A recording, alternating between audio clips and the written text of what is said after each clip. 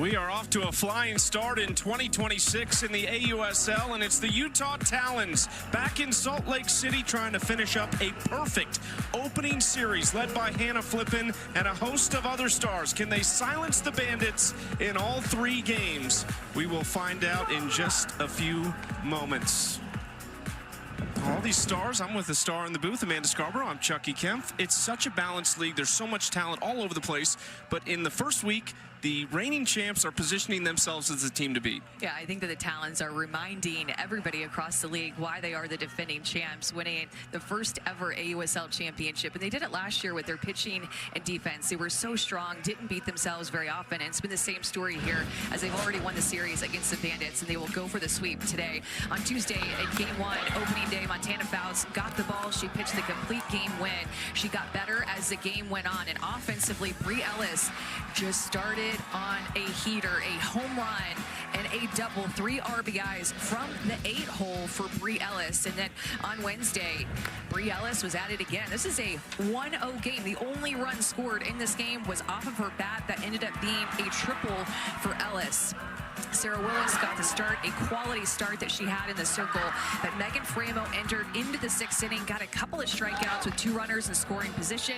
And then in the 7th, the Talons outfield defense stepped up. Jalen Alchin in right field, and then Aaliyah Andrews in left to seal the deal. A close game, a tight one with all this offense. Last night was just a 1-0 game, and the Talons held on because of their D. Have shown they can win in all kinds of ways. No runs allowed in the last 13 innings for this Talons pitching staff, and it's been all about Bree on the offensive side. The 2025 USA Softball Player of the Year. So can the Bandits bats get going? Morgan Zirkle says, yes, we can. Hits it off the base of the wall, and she is into second with a leadoff double on the first pitch of the game. Zirkle had one of their 2 hits last night. They've only been out-hit in the series by 2. They just haven't been able to get the run production. Their situational hitting hasn't been great. 3 for 16 with runners in scoring position, 3 for 17 with 2 outs. But Zirkle sets the table for last year's MVP now, Erin Koffel.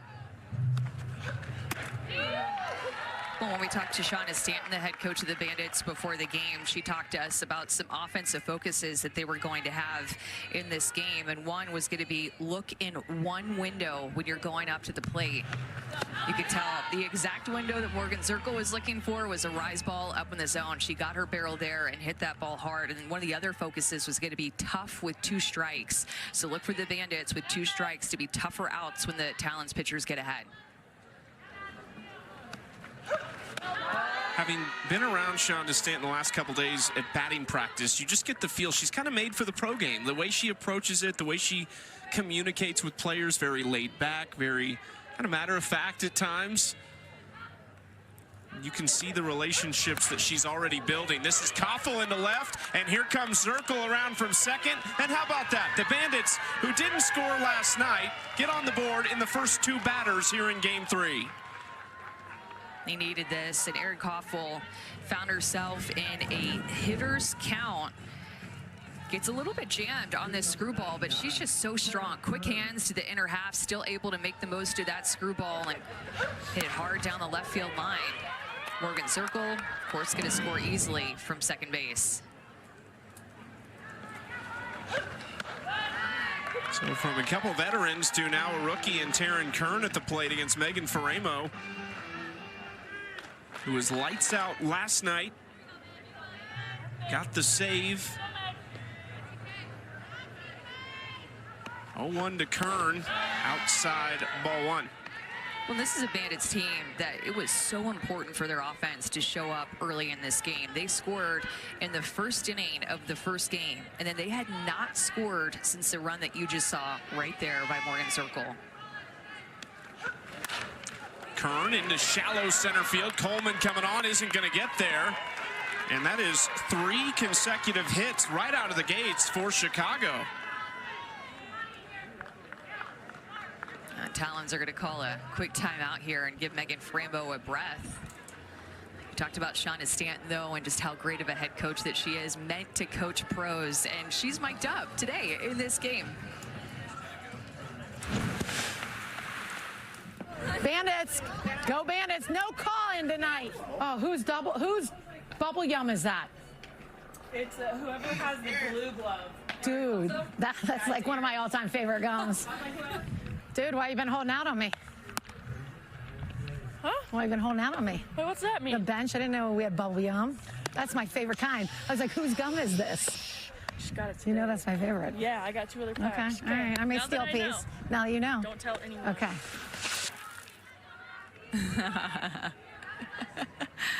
Bubble yum. I like it. She also said no cawing tonight. So they are hearing the caws from the Talon stands, and they don't want to hear it anymore, which they will on an 0-2 count. They are probably sick of hearing it, and they're hearing it right now. Here's the caw. So because hometowns are new for AUSL, we now have different traditions that every ballpark is going to have that these fans and the team are going to learn. There is a red-tailed falcon in the building. A hawk. I think a red-tailed hawk. Through the left side. The Bandits keep it going, and the aggressive base running. Here comes Koffel, and that is an obstruction call on the catcher Palacios. So Koffel is safe at the plate. Alex Leap, the home plate umpire, immediately signaling obstruction when Koffel came around and slid into Palacios. Now you see she's, before she has possession of the ball, kind of blocking that runner's lane that Aaron Koffel had committed to, but Aaron Koffel, I think, would have been safe, you know, regardless. But good job by Alex Leap to be right on top of it. That is 4 hits in a row for the Bandits. Tough with 2-strike hit there for Jocelyn Erickson. No one is looking forward to an off day more than Charlize Palacios, the Utah catcher, because she has just taken a beating in these first 3 games now. She's been hit by 2 pitches. She's fouled numerous off of herself, and then now gets slid into there by Koffel. Lifted to left center field. Coleman calls off Andrews, and it will be plenty deep enough to not only score a run, but advance a runner to third.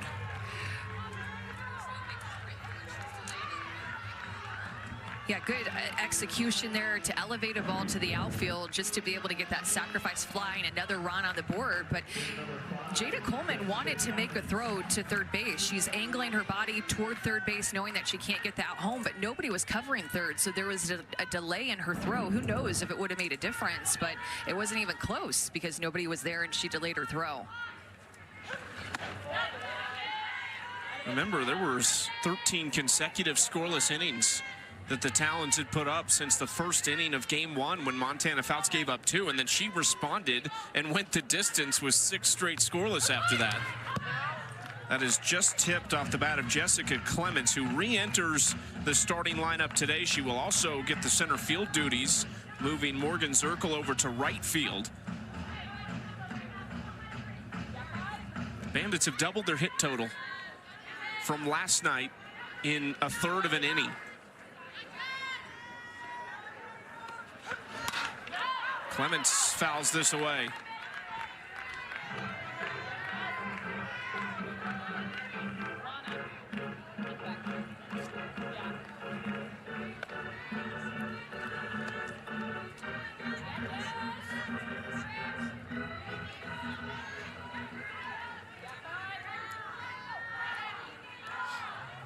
And the call chance in the 1-2 count for Faremo. Another foul ball. It's interesting, too. You talk about the approach from Shonda Stanton. She's still learning these players. These players are still learning her, whether they came out of the college game and had one approach at the plate, and maybe now they're trying to meet in the middle and figure out what works for everybody.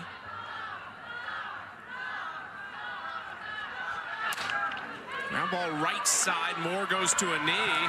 The job done. Clements will take the RBI, and the Bandits are up 4-0. This already looks like just a completely different Bandits offense that we're seeing in this game. On time, putting up 4 runs, a crooked number in this first inning to immediately put pressure on the Talons that had just been cruising for 13 innings straight, putting zeros on the board.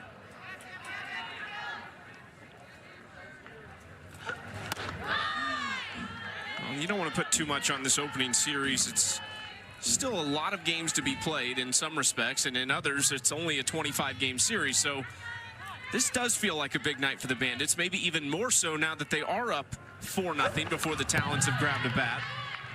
You only play them 2 more times. They'll play twice in Chicago. The teams don't. It's not necessarily a even split as far as 3 games at home, 3 games away. You play everybody 5 times. So the Bandits will only get the Talons in Chicago twice.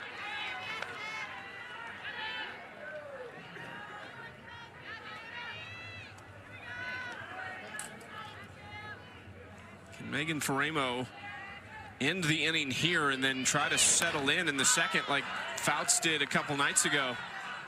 Just how quickly Morgan Circles set the tone for Chicago to start off this game. First pitch that she saw, she found an alley out there in right center field, a hard hit ball on a rise ball, and I mean, they just have not looked back since that hard hit ball. Ground ball left side, gonna be a tough play for Flippin. And I think Sammy Williams would have been safe regardless, so it'll likely go down as an infield single, which is hit number 5 in the first inning.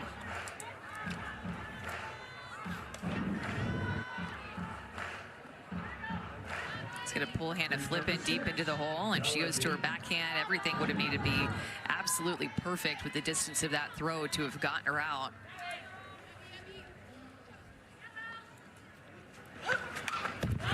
Bella Dayton now to try and keep it rolling with 2 outs. So the situational hitting is improving drastically for the Bandits in just 1 inning. They've scored 1 more run than they did combined in the first 2 games.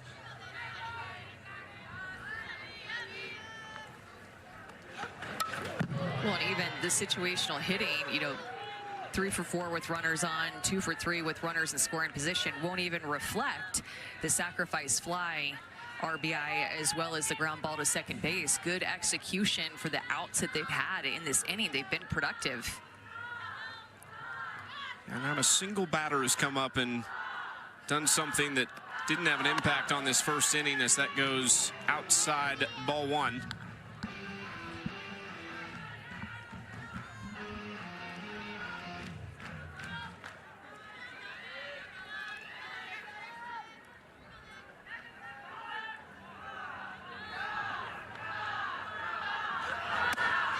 Did Dayton go? She did. That will end the inning. But what a start for Chicago. Morgan Circle set the tone, and the Bandits are up 4. Utah with Chicago leading the Talons 4-0 as we go to the bottom of the first. And we take a look at this Utah lineup. Aaliyah Andrews still right up top. She was great last night, had a pair of hits, had 1 hit in the opening game. Trying to extend a 5-game win streak that they have going over the Bandits. And you'll see Bree Ellis stays down toward the bottom. She was in the 8 hole on opening night. She moved up to the 7 spot last night and stays there again.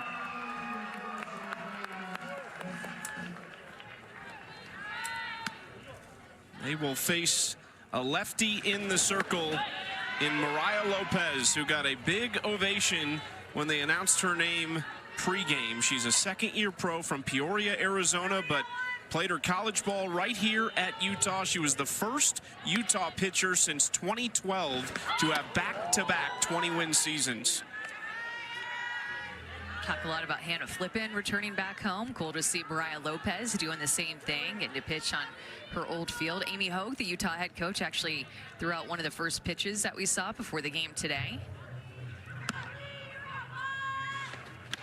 While Flippin, alongside a former pro Ananisa Ortez, helped Utah to super regionals when they were playing together here. Lopez, back in 2023, actually got Utah to the Women's College World Series.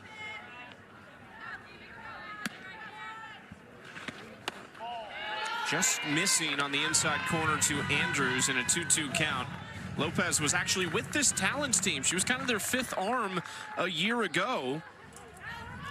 A little bit of an up and down season, but she had some moments where she was really good, primarily in relief. This goes back up the middle, and Aaliyah Andrews has really found herself in a green jersey. Just continues to find different ways to get on base. This is now her 4th hit of the series. Mariah Lopez worked from ahead, and Andrews just made her pitch a few more pitches in that at bat for a leadoff single. So speed on first, and now it is the matchup of the Utes, Flippin versus Lopez. Strike one to Hannah Flippin.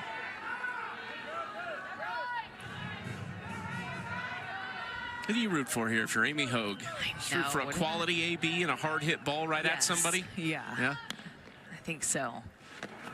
That is a tough thing to think about. And if you're a Utah fan, it's like, oh, this is not an easy one. Ute versus Ute. We get a lot of this in the league. This one unique because it's the only two Utah players, so it's more unlikely, but you see a program like UCLA, we have a lot of Bruins throughout the league, so you get some of these matchups, Faramo versus Garcia and things like that.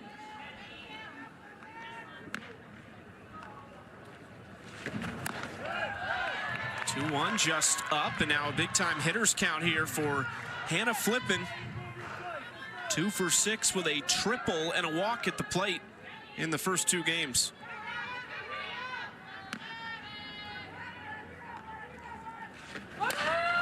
Ground ball, chance for 2. Agbayani tried to flip it to Koffel, and she couldn't handle it. It was awkward. It was really tight to the base. Yeah, and trying to be so fast, because you know Aaliyah Andrews' speed, even for a routine force out potential there, it makes it trickier. And Erin Koffel tried to barehand that toss from Agbayani. She's so close to her too, so that toss just had to have a little bit of touch to it, and it's just kind of an in-between throw, and now Talons have 2 on.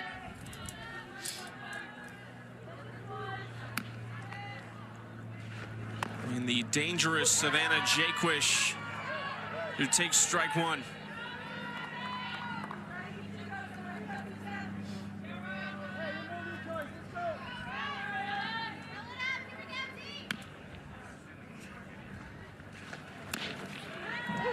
You see Strike Savannah 2. Jaquish back up as that pitch was coming.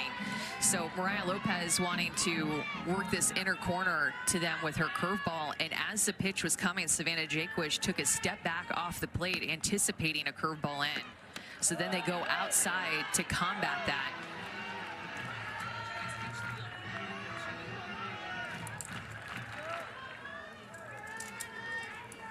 Now where does Lopez go in a 1-2 count, nobody out and 2 on?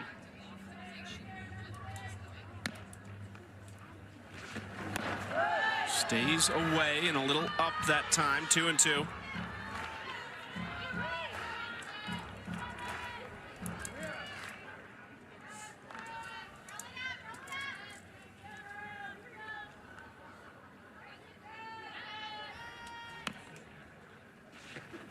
Swing and a miss. A big first out for Lopez. And moving the ball around on the inner half and on the outer half too, and then throwing a curveball that has a little bit of up to it to get the swing and miss. Jaquish wanting to have a moment there with the runner in scoring position and a chance for an RBI, but it's a strikeout for Lopez. Jada Coleman takes the off-speed pitch for strike 1.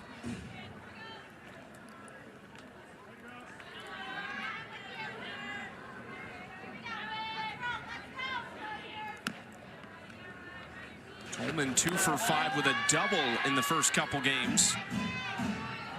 And Lopez is going to throw, it's a tricky lefty-on-lefty matchup here because of her curveball that she'll throw the majority of the time, or the higher percentage at about 44%. Mix in her changeup like that. And then also mix in her rise ball as well. So lefty-on-lefty matchup, she can throw that curveball backdoor on the inner half and then mix in a changeup too, like she just did to Coleman for the second strike, and move the ball up in the zone. Reaching, tags it out into shallow left. Long run for Dayton, it gets by.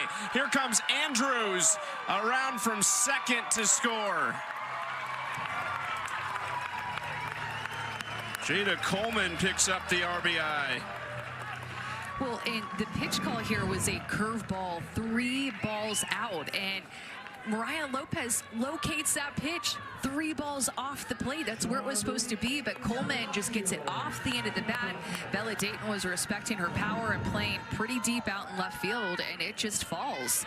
But again, the Bandits defense has been let them down throughout this series, and we're seeing it in this inning as well. That play at second base did go down as an error on Akbayani. And that, we talked about it coming into this game. The Talons, pitching, and defense has been on point. The Bandits have had moments where their defense has let them down. Even that ball was in the air a long time for Bella Dayton to potentially have made that play if she was maybe positioned differently to start.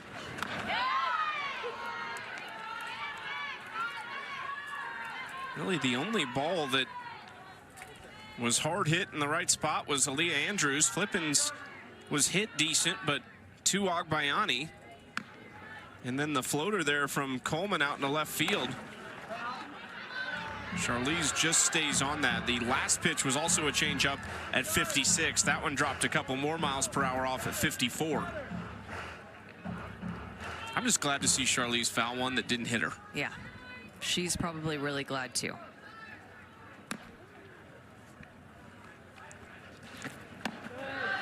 Two. So Mariah Lopez was with the Talons a year ago.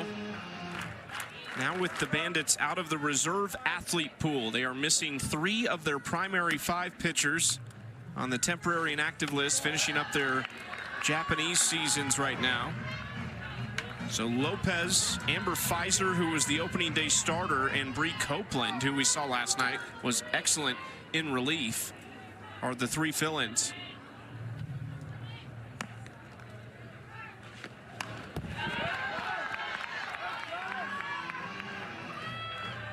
A lot of pitches that Mariah Lopez is throwing in this inning. It seems like the more and more she labors, even though the Talons still down by 3, the more and more momentum that goes back on their side here. Hard hit, and it is a fair ball. That's going to roll all the way to the corner. Charlize Palacios on her horse, headed for 3. It's a triple. She was moving a little better than we saw her last night. After the foul ball off her foot, feeling much better today. Palacios handling another 2-strike pitch and sending it the other way, just using every single inch of that line. It looked fair to me off the bat. The Bandits are challenging that the runner at second base left early. That play is under further review. And so the Bandits aren't going to challenge if it was fair or foul. They're going to challenge if the runner at second base left early. That's what they're going to challenge here. One note on the challenges at the pro level, you still get 2, but you don't get it back if you get it right. So you have 2 for the entire game, whether you get them both right, whether you get them both wrong. So the Bandits will be with just 1 challenge for the remaining 6 innings. Let's take a look.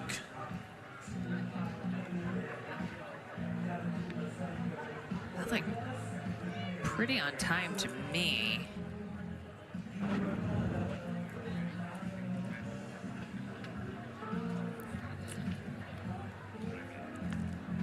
Alex Leap has heard the word, so we will hear it now. After review, the call in the field is upheld. The runner left on time. This is Chicago's first challenge with 1 remaining. Man, this is just, quite frankly, crushing if you're the Bandits. You lost the series, hadn't scored in 13 innings, come out and put a crooked number up in a 4 spot, and then the Talons just answer right back with a 3 spot and a chance to score more. Runner at third base, less than 2 outs.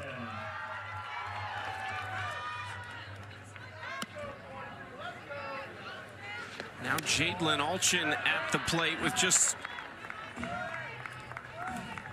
the 1 away in the inning after the triple from Charlize, and the Talons now have 3 triples on the year after just 2 all of last year. That is in large part to their new home field here. That is 225 down the lines, 235 to center field, a large-sized college softball field that is a pitcher-friendly park and a triple-friendly park. I said this on opening night when we talked about the dimensions of this field, but it's very likely the Talons, regardless of the power they have on their roster, which they do have power hitters, they will likely be last in home runs and probably very high up there in triples and doubles. Alchin to center, back goes Clements. Clements coming on, the throw home is not going to get there. Palacios scores. And we are tied at 4 apiece.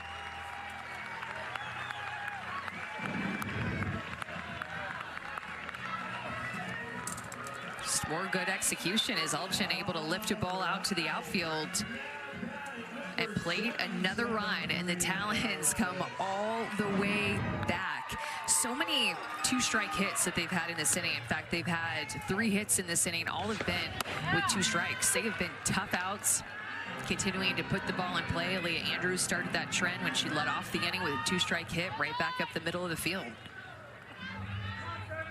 The only good thing about Bri Ellis being at the plate, if you're a Bandits fan, is that nobody is on base right now. She has just been on fire out of the gates, leading this team 4 for 5 at the plate, a walk. She's hit for the cycle in the first 2 games of the season, not in one game, but over the course of those 2 games has done it. We'll talk about 2-strike hits. She's had 3 of her 4 hits have been with 2 strikes. The Talons just have been really good, really tough outs. Just an incredible start after a slow rookie season. Gets a lot of this to deep right center, and it's carrying, and it is gone! Bri Ellis tops her rookie season total in just 3 games. That is power.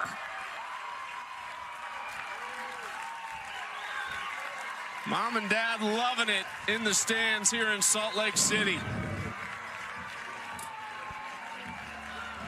Being able to hit a changeup the opposite way, she didn't even get all of it, but she's just so strong that this ball just continued to carry.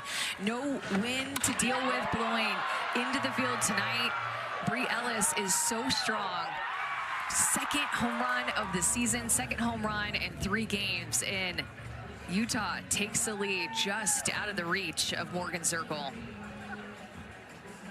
Let's go down to Anna, who has Bri Ellis. All right, Bri, how's the wind right now? I know last time we were out of breath. Let me see. Oh, the wind. The breath. Still not there. It's okay, though. It's worth it. I'll take it. All right, so the Bandits started off strong, but you guys bounced right back. How important was that home run to bring momentum to this dugout? Honestly, home runs are great, but the most important part of that was those at-bats we strung together at the beginning. I mean, beginning of the season, we're still trying to find... Sorry. We're still trying to find our identity as a team, and I think being able to get punched in the mouth hard, 4 runs the first inning, and be able to punch back and also get ahead, it's huge, and it says a lot about who we are as a team. All right, go catch your breath. Thanks, Bri. Thank you. Chucky. Anna's ruthless. Bri Ellis didn't hit the bottom step before she was ready for an interview. You know what it's like when you run at altitude? Like, you don't have the same breath that you have when you're running at sea level or Chicago or Oklahoma City. I mean, it just is so different, even when you're trotting around for a home run. It really does take your breath away. Remember, we'd go and play travel ball tournaments in Colorado, and they didn't have fences at a lot of the fields that we play on in like 12U and 14U, and you would hit it, just have to, it'd be an in-the-park home run. But your lungs like hurt when you got to home, and you actually could not catch your breath. We're at about how many feet above are we? We're up there. That's like 4,500 feet, 4,700 feet. I can tell you, if we were about a mile in front of us, we would be a lot higher. Yeah. In the mountains.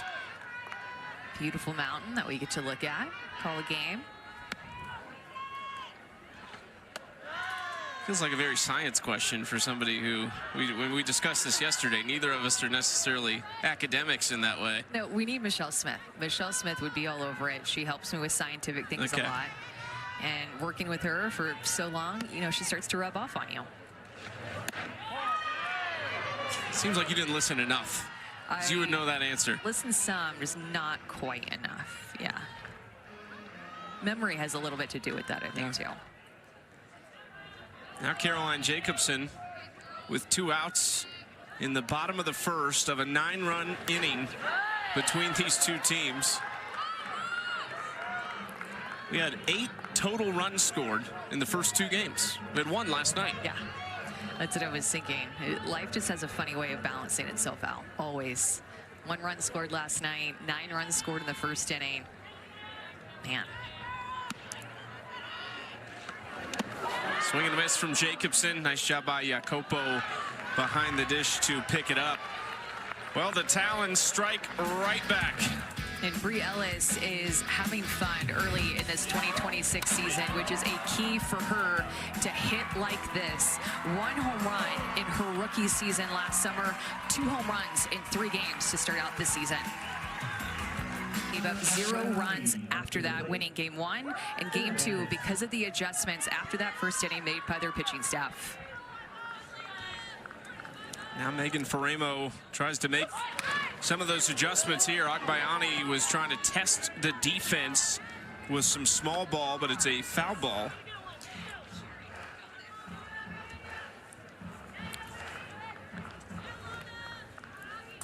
And Faremo has seen the recipe from Montana Fouts in that first game, as you showed us, Amanda. Agbayani lets that go upstairs for ball 1. Ilana Agbayani is from Mililani, Hawaii. She started her career at BYU, finished at Oklahoma. Oklahoma upset this year in Norman by Mississippi State in Super Regionals, missing the Women's College World Series. And we asked Ilana, what'd you do after the season, before the pro year started? Said, I actually got to go home. She got to go back to Hawaii. Said she got out on the beach, and it seemed like just the reset she wanted. Hard hit ball picked by Flippin, and she got her. Yeah, Flippin was watching that throw, hoping that it was going to get there in time, trying to play that hop. Tricky one off the end of the bat of Agbayani that Hannah Flippin had to work to find an in-between hop, not easy, and then the stretch by Bri Ellis with that throw across the diamond.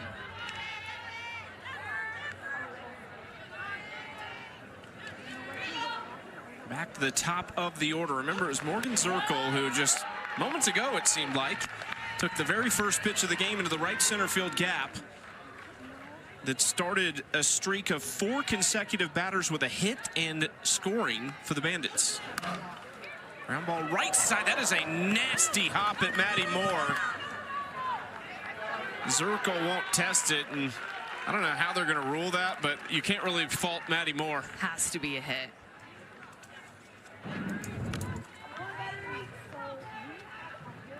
The last hop right there just took off, and you see her trying to stay down and stay low.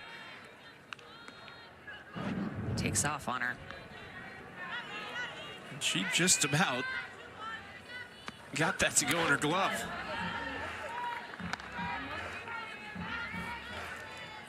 So Zirkle had a double. Koffel had a single to drive her in right after.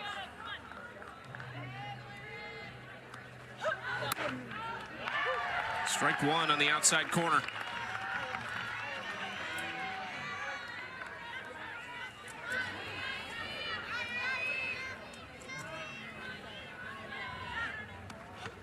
You know, early in game 1, when the Bandits scored those 2 runs against Montana Fouts, they were really keen in on pitches that were more up in the zone, and they were able, the pitching staff and Montana Fouts and the pitch calling were able to make the adjustment to then go more down in the zone with her drop ball and more inside to the Bandits' left-handed hitters.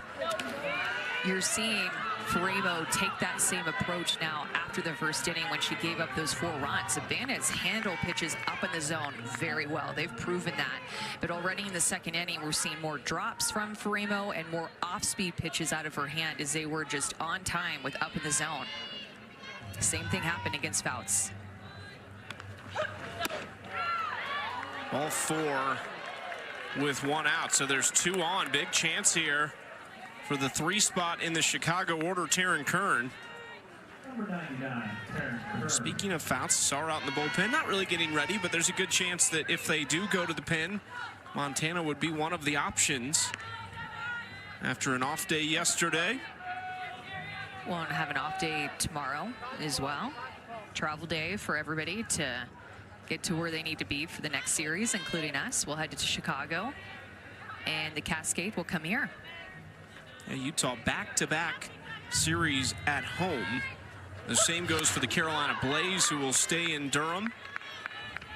They picked up the series win over the Cascade, 2-1, but Portland got on the board today with a really impressive offensive performance. 12 runs in 1 inning put up by Portland. Corby Otis hit a grand slam. Megan Grant hit an absolute missile last night in a loss, but I don't know if we'll ever see a ball hit like that again. If we do, it's probably going to be her. Yes, or somebody like Brie Ellis could do it too.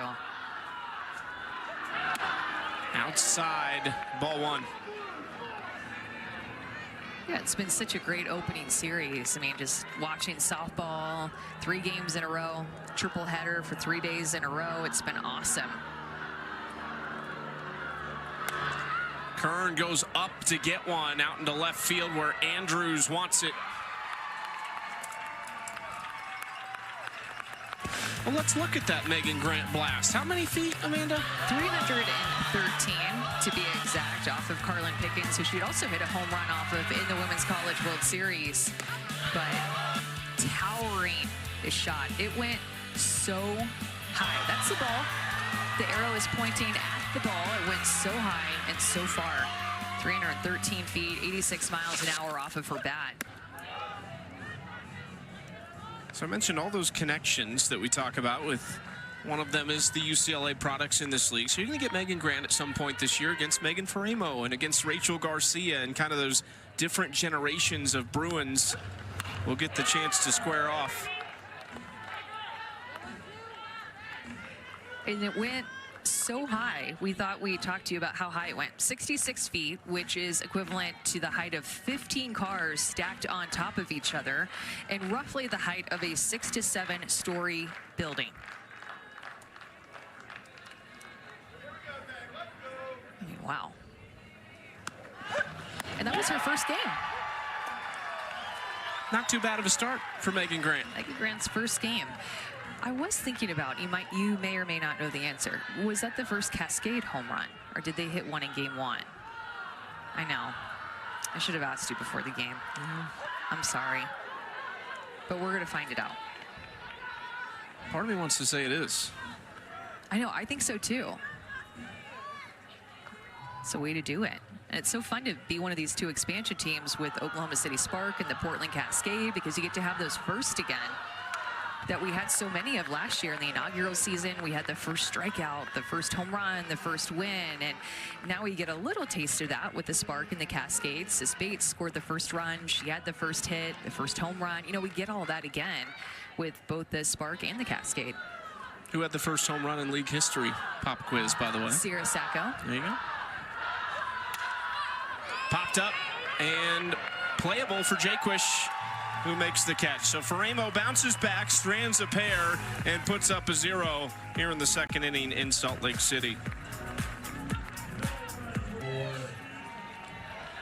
Welcome back to Salt Lake City. What you just saw was some behind the scenes from this year's spring training down in Vero Beach, Florida. And I actually got to spend a couple days down there at spring training. And over again, what I heard from these players was that they felt like this was a true pro experience. Montana Fouts told me, down there you eat, sleep, breathe softball. And another thing I know they really appreciated was the time they got to bond together. They were living together, eating together, and of course, training together. And that is team bonding. They're building their chemistry, and they all really appreciated that, Chucky. This is a Bandits team that ate every meal together down in Vero Beach, Florida, and really got to know each other. A team that lost plenty in the expansion draft and is trying to rebuild. Their general manager, Jenny Dalton-Hill, told us they have all the pieces to be successful again this year. It's just about everyone kind of settling into their roles, and they have changed.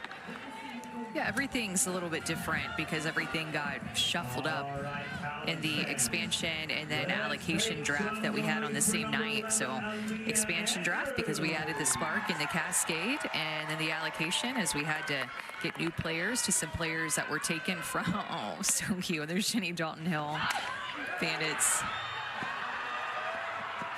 GM. Heads up play over at first base to let that roll. She's also on grandma duty. She's got a lot of the family who are out here in the Utah area in attendance, and so she is playing grandma over GM sweet. right now. I got very sidetracked when I saw her just looking so happy, picking up that baby. Oh, so cute.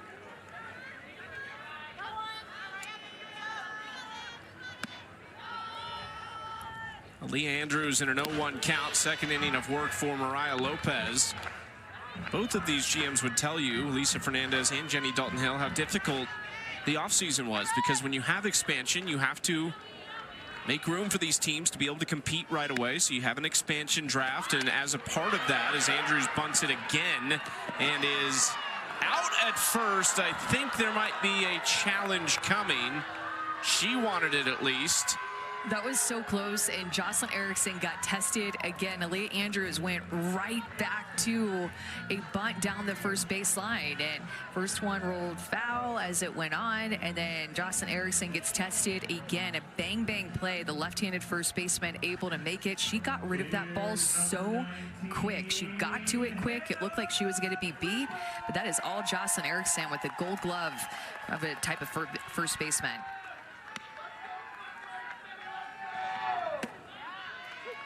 Strike one to Hannah Flippin. So as I mentioned, you can protect 5 players in the expansion draft.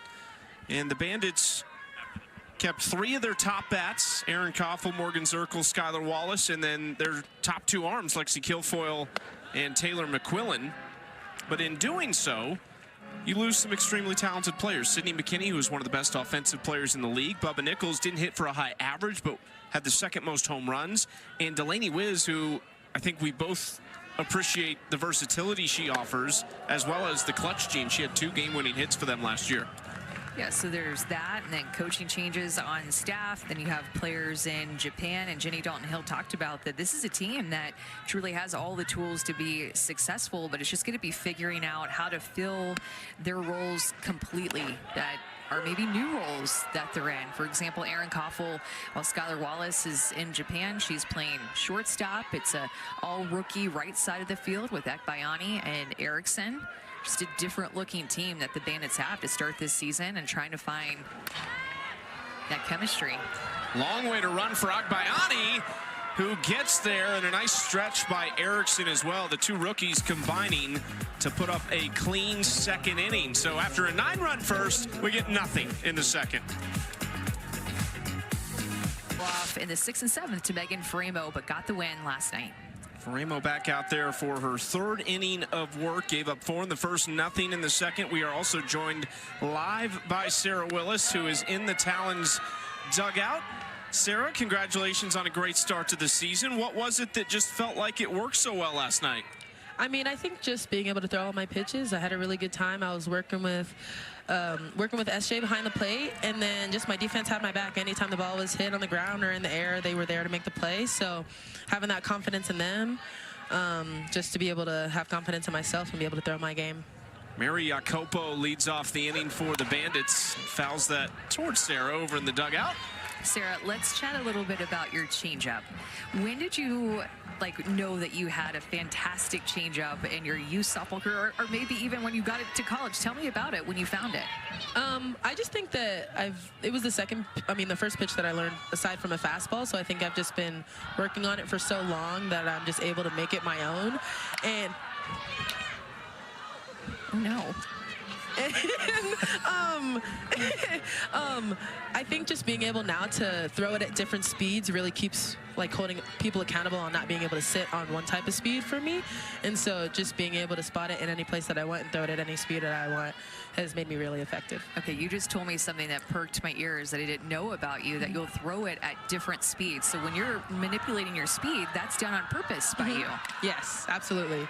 Because sometimes it'll be like in the mid-50s, and sometimes it could be down to like 38, 39 miles an hour. So it really just depends on who is up and if they look like they're sitting it or not, if they're fouling it off straight back, like all those different things, like kind of just quickly go through my head. And then also sometimes our catchers will give me a motion to be like maybe throw it a little bit lower, more off of the plate. Same thing with the coaching staff. Like sometimes they're going to give me a sign to throw it a little bit more off the plate, just so I have like the direction of where I want to throw it and what spot I want to put it into.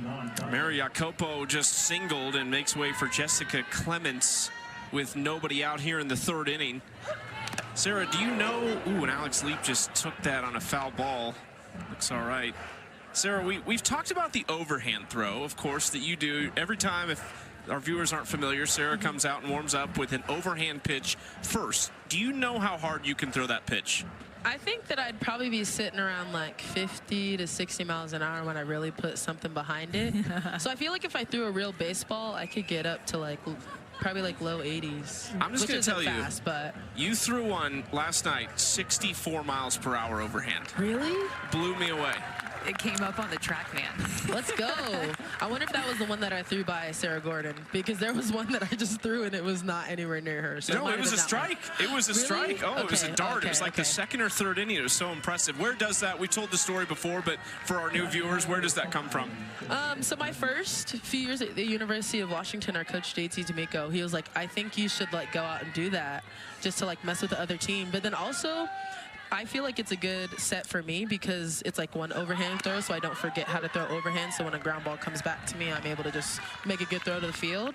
Because like, you get in the repetition of throwing underhand so many times that sometimes I forget how to throw the ball overhand. So I hit him with the toss. So the overhand throw is just a little bit of different things. But yeah, it started at my freshman year at Washington. 0-2 count with the caw chance, and Clements fouls it off. Last night in the post-game presser, you were talking about this pitching staff and learning from Montana and Megan and everybody on the pitching staff. Just what is that like in the bullpen to get to pick each other's brains on this Talons pitching staff? I mean, I just think it's such a unique experience because you're pitching with so many other pitchers that all throw different stuff than you. So everybody's giving different ideas and different just like ways to pitch, and their way may not be the way that I do it, but like their way works for them. And I think we're all just able to be effective. And I think like I looked up to Montana and Megan and Dallas, like getting to watch them when I was younger. So it's just been awesome to get to talk to them. And then also like just getting to learn from them, because I really want to learn that Montana Fouts rise ball. So. Sarah, thank you so much. Congrats on a great start. Yeah, thank you guys. Well, that last play was a line shot to Savannah Jaquish, and the Talons, clearly the timing was there of the double up, but the question is, where was Brie Ellis's foot? Which base was it on? Utah is challenging the call at first base. The call on the field is safe. The play is under further review. And correct me if I'm wrong, Amanda, that's what they're looking at here. If her foot was on the regular base or the safety bag. Yeah, I think I was too busy looking down at Sarah in the dugout to see what her feet were doing, but also, yeah, it's like she started on the white bag, then went to the double bag, and then the umpire is saying that she was off of the bag. But I thought she's kind of like right there. It looks to me like she was touching the white, and then it slipped to the orange bag, and then she gets it back in time. I think she might have had her twice, actually. Yeah. It almost looked like her cleat was still on the base at that line. Yeah, some fancy footwork there by Brie Ellis at first base. There's a good chance this is going to be an out, but we'll see. After review, the call on the field stands. The runner is safe. Interesting. This is Utah's first challenge with one remaining. That's not what I saw, but that's okay.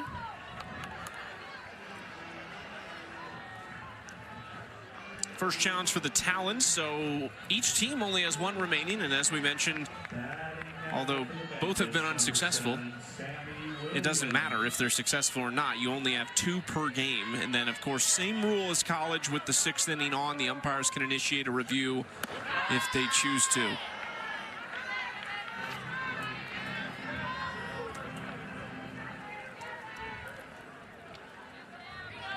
This is Sammy Williams, who reached on an infield single to shortstop her first time up. Williams puts a charge into one to left center. It's gone! Sammy Williams was excellent defensively last night, and that is a big-time swing from the Iowa State great. She hit the ball hard last night, too. 0 for 3 with nothing to show for it. But we talked to Shauna Stanton about her and her ability to recover after a tough game one where she made 2 critical errors in that game over at third base. Did not carry that into game 2 at all. Played an awesome defense at third base. Had some quality at bats last night. Again, 0 for 3, but is 2 for 2 today with 2 RBIs with that home run. That is production out of the 7-hole. Let's go down to Anna Camden with Sammy.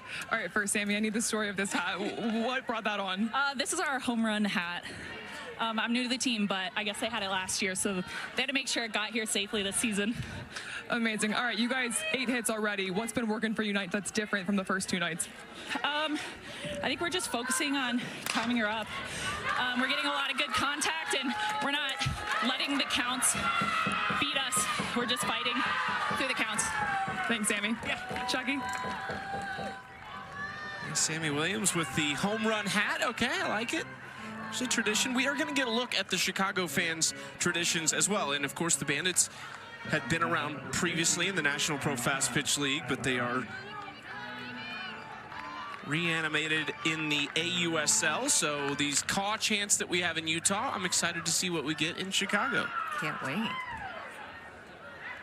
It was a hard hit ball by Bella Dayton, and then an error out in center field by Jada Coleman, which is just not very common at all. But how about this Chicago response here in the 3rd inning?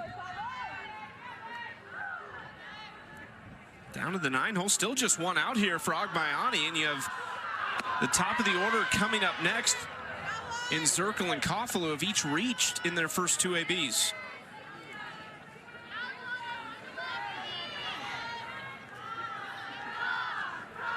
Ilana still looking for her first professional hit.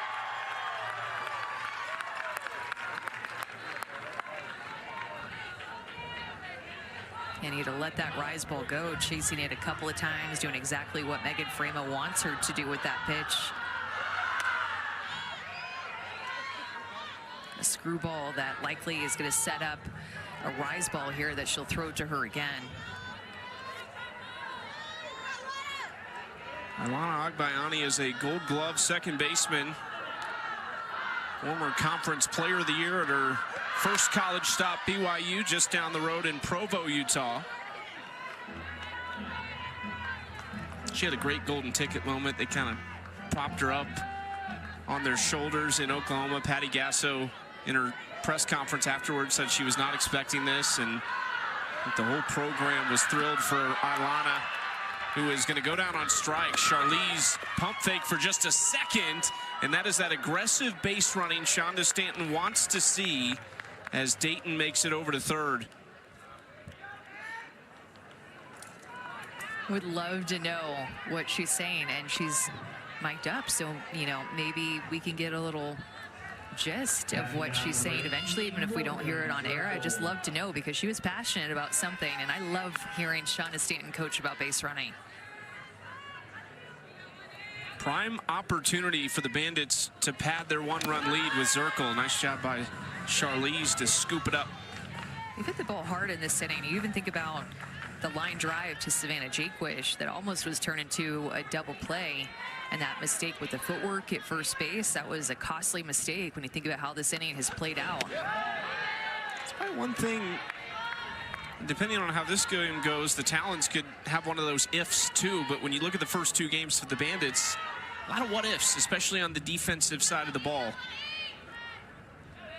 The run last night didn't say it was unearned, but defensively they could have done a little bit more, as Zirkle hits it hard but grounds out. But the Bandits respond. Sammy Williams, 2-run shot, first of the year for Chicago.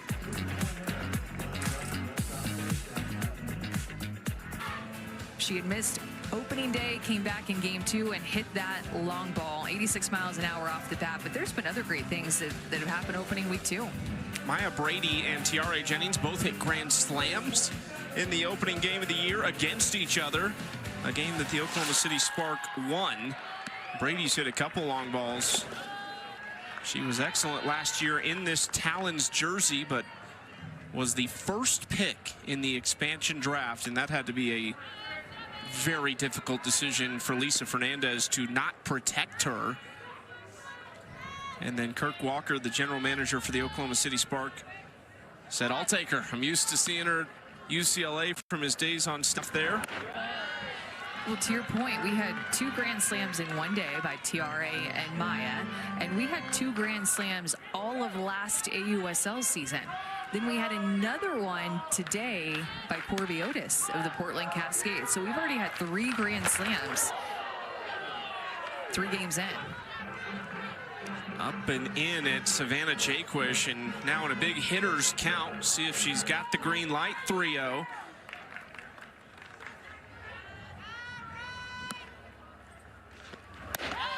And it's a 4-pitch walk to start the 3rd inning. This feels like a big frame for the Bandits to keep the momentum going. They put up a 0 last time they were in the field with Lopez settling in, but can they do it in back-to-back frames?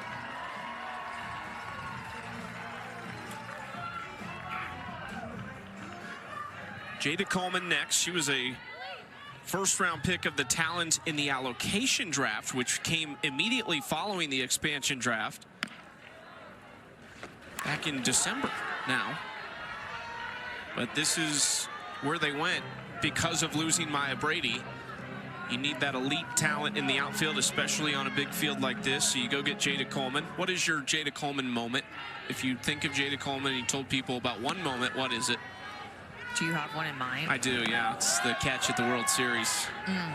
That's a good one. I just always go back to the fact that she's a left-handed shortstop in high school. And that tells you everything that you need to know about how athletic that she is, that she played Texas high school softball shortstop left-handed, but too many at OU to name. 4-time national champion. And just electric at the plate, electric out in center field on defense. Super pumped that she's here playing in AUSL for her first season, and she's had a hit in every game. She played the last 2 years with the Oklahoma City Spark before they joined the AUSL, so she's a 3rd-year pro. She was just shy of becoming a 4-time first-team All-American. She got the 2nd-team nod as a senior. Lopez could not pull it in, and now 2 aboard with nobody out. Her second at bat, where Mariah Lopez gets ahead with 2 strikes, and the pitch call is a curveball, 3 balls off the plate. Exact same thing happened in her first at bat, and she was able to get off the end of the bat and fly it out to left field for a hit. This time it's a hard ground ball up the middle of the field, but that is 2 or 3 balls off the plate that she still is able to do something with.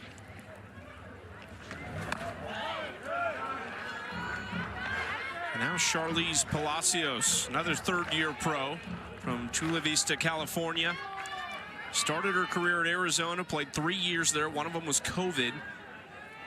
And then finished with a couple of years at UCLA. Hit it off of her foot again. Oh. She hit a foul ball off of her front leg in last night's game that was extremely painful for her, and then also got hit by a pitch in her other foot. Was that the same at bat? I believe it was. Yeah, and then now hitting off the top of her foot. Earlier today, she had double shin guards on. She had one on each leg, but she did put one away, but she might rethink it. Who knows?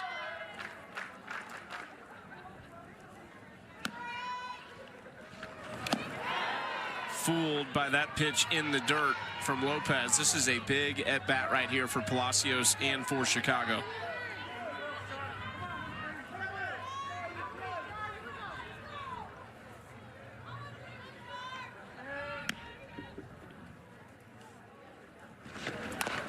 Ground ball left side, just foul. Chicago would have loved for that to stay fair.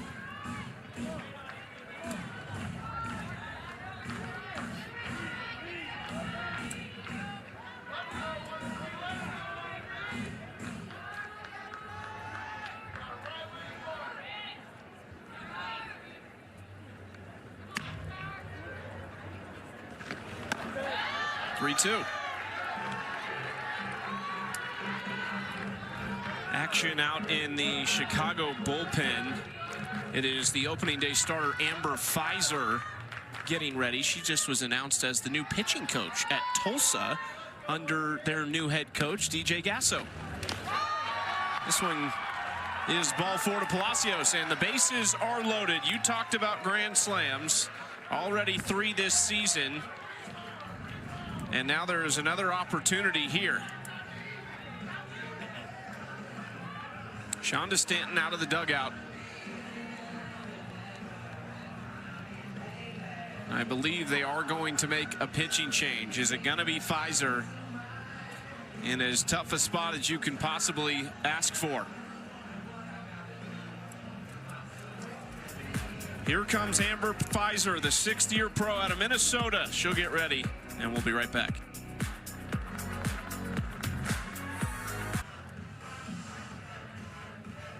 Day done for Mariah Lopez, and enter Amber Pfizer, the Chicago opening day starter who went 4 innings, gave up only 3 hits and 3 earned runs, 5 total runs, but we discussed it after that night. We felt like she threw really well on opening night. Yeah, she did. There was some lack of command at a few times, but you know, that just happens on opening day. You're just getting back into the swing of things, but she found different ways to get out. She threw 4 innings and only gave up 3 hits.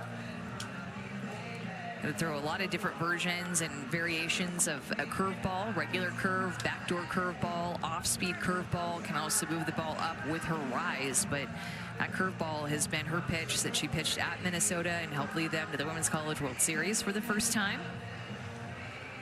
That was in 2019 when she was a first-team All-American, won 31 games with a sub 1.3 ERA that year.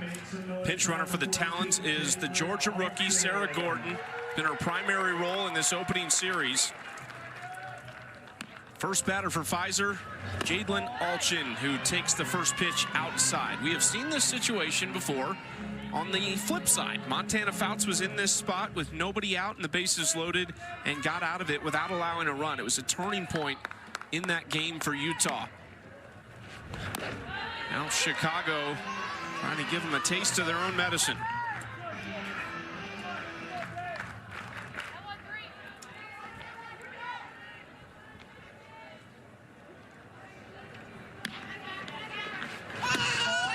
Just outside, 2 close misses on the balls, and it's a 2-1 count. Yeah, continuing to try to throw that backdoor curveball on the outside part of the plate to a left-handed hitter and trying to find her release point with that pitch, like she did one time before. Alchin right side. The throw home is in time. And so in similar fashion to Fouts, a ground out, and there's one away. Well, guess who? Here comes Bree Ellis, who is on fire right now. Yeah, got herself into a hitter's count, hit an opposite field home run on a changeup. She is one of the strongest players in the league. Didn't even get all of that with the changeup. She was a little bit out in front, but an opposite field home run on a changeup by Bree Ellis. That shows you how strong she is. Strike one on the inside corner, and Anna is with Bree's mom and dad. All right, guys, I've got her mom and dad here who are naturally her biggest fans. And Ron, that's a pretty good looking hat you got there. Why don't you tell me about it? Well, as they say in the AUSL, this is legendary. So I started wearing this hat when she was about 11 years old, and her hitting started taking off. And I'm not really superstitious, but I am a little stitious, so I kept wearing it. And I believe you've got some duct tape holding it together. Can you show us that? I do. So, you know, it's all in the hat, so I had to keep it going. Not to be outdone by Bree's mom, you've got a spreadsheet.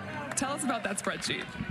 Well, Anna, I have all of her home runs since her first one when she was 9 years old, and it's color-coded by the year she played, 10U, 12U, all the way through her last year at Arkansas. And while we were sitting here, Anna, I had to add to it because she got a home run tonight. So we're at 188 since she was 9 years old. 100 and what home run? 188 home runs in her 188 home runs, and hoping for another one right here, so I'm sure you guys want to lock in. And so we'll go back to you, Chucky. Thank you so much. The spreadsheet might look a little different by the end of this year. She's already off to a tremendous start. It's Molly and Ron, Bree Ellis's parents and Molly with the spreadsheet. I mean, the hat is legendary, the spreadsheet is legendary, and that is a commitment to track every single home run since she was, I think, 8 years old? 9 years old was her first home run that she hit out of the park. One of 3 players in the league with 2 home runs right now. Takes the 0-2 outside. She just looks like Bri Ellis again. She just wasn't in it last year as a rookie. It was just a little bit off, and you know how challenging that can be. We've seen that with other players who come out as rookies and the stresses of the college game and how long the season is can wear on you. Erin Koffel came out of college and had a rough rookie year before the AUSL's inception. In the past version of it, which is now known as the All-Star Cup, that's still played, the leaderboard format, and she's now an MVP of this league. Yeah, and she said in the post-game press conference after Game 1, Bri Ellis did, that she said the resilience it took to get there and the belief when I didn't really feel like it and I didn't want to, that she still, you know, worked hard. And it's fun when things go your way, but she admittedly said, you know, it took a lot of resilience and fight and deep belief to work in the off season and find that joy and find that fun again. And what a start for her. Her first at bat on opening day was a home run. 1-2. So I mentioned Pfizer, who just got the pitching coach job at Tulsa under DJ Gasso. DJ Gasso and Bri Ellis worked together a lot when he was at Arkansas as one of their hitting coaches, and Bri and him even got together in the middle of the season last year when they ran into each other in the kind of touring format that we saw in the AUSL. Now she has to come to her here and try to make a good pitch. Bases loaded, nowhere to put her. You have to find a corner here. Fouls this pitch off. Do you remember the last Bri Ellis grand slam that she hit? SEC tournament? SEC tournament. Nice. They did not give her one pitch to hit in the 3 at-bats, I think, before that. All balls. The only pitch, the only strike that she got was the grand slam, and it was a walk-off grand slam. 3-2. And she just keeps fighting off pitches. She also talked about some off-season adjustments that she made. She was doing some tweaks, some experimenting in the off-season, and important for her, she said, to stay loose with her upper body and fire her legs. That's what she thinks about when she's in the box, and the adjustments that she made.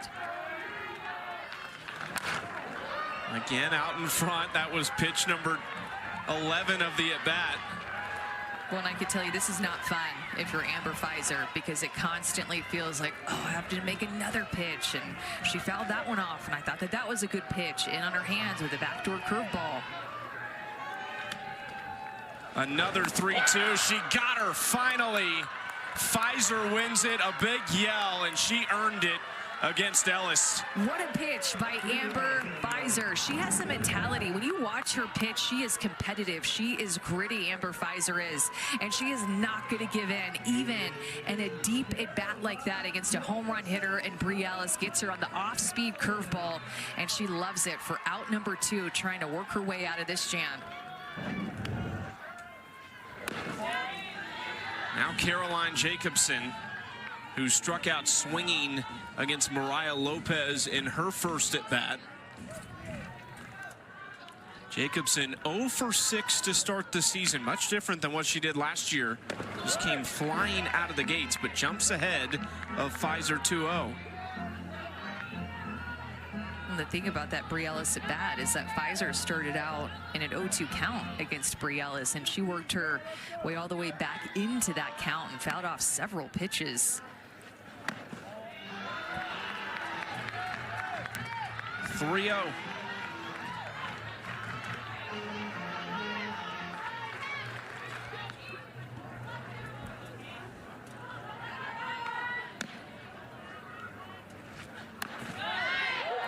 Strike 1 catches the top of the zone from Pfizer. Their general manager, Jenny Dalton-Hill, picked up Amber Pfizer out of the reserve athlete pool. Really likes what she can do. Excited to have her join this team. But Jacobson rips it to center. It is off the wall. A bases clearing game-winning double for Caroline Jacobson, her first hit of the 2026 season.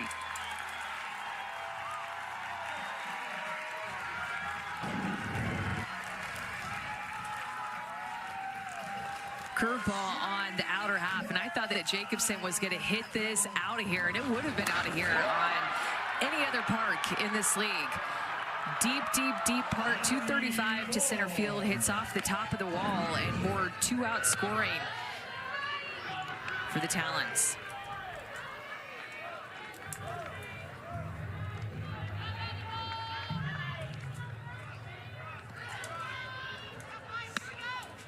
Talons had really struggled with runners in scoring position entering this game. That is the third lead change of the night. This is more of a first half of a basketball game than the first half of a softball game right now. Well, and how devastating that is for Amber Pfizer. Comes in, working her tail off in that Bri Ellis at bat. 12-pitch at bat, gets the strikeout, only to then have Caroline Jacobson right after her hit that double. And props to Caroline Jacobson for having Bri Ellis's at bat. Bri Ellis was talking to Anna just about this team and how they are so connected and finding different ways to win. And if it's not going to be Bri Ellis one night, which remember she already has a home run, that's why she was talking to Anna, then it's going to be somebody else being able to pick her up at the bottom of the order, getting some bottom half of the order scoring here for Utah.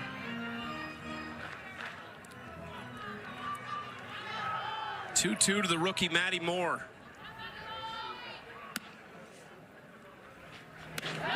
3-2.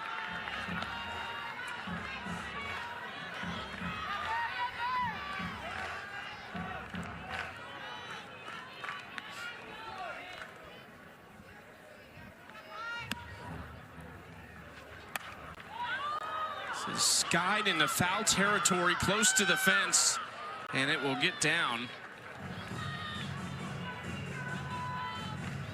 Some really big fair territories that we have on this field. A lot of room to run, just a lot of ground to cover overall for the outfield. In fair territory and in foul territory alike. Kind of is deceiving. It looks bigger, I think, from our angle than the angle that you see there, because that warning track dirt goes a little bit wider than what you see on that screen. Moore skies it to left field, but it hangs up and is caught by Dayton.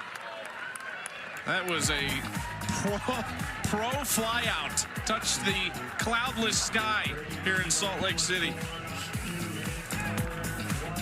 8-6, Utah leads Chicago, top of the fourth inning. A ridiculously different game than what we saw yesterday in a 1-0 Utah win. How about this? Hannah Flippen, not just returning home, but she is home for good.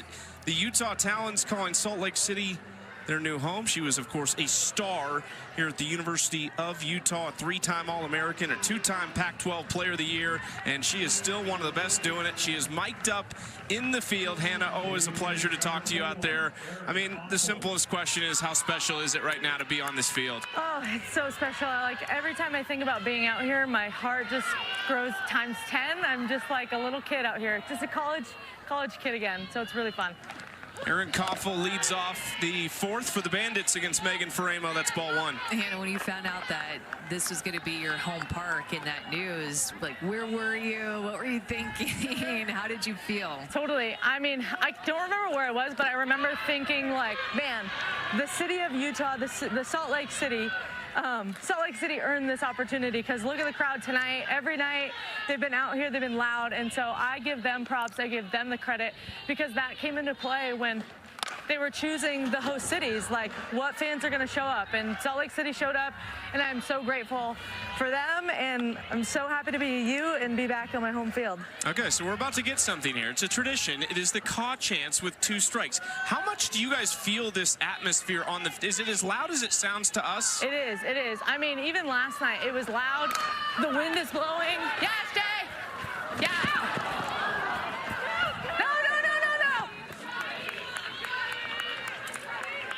So Koffel on that throw, just a little inside of Bri Ellis, and the leadoff is aboard. Let's get two here. Yeah, Mag, I got you.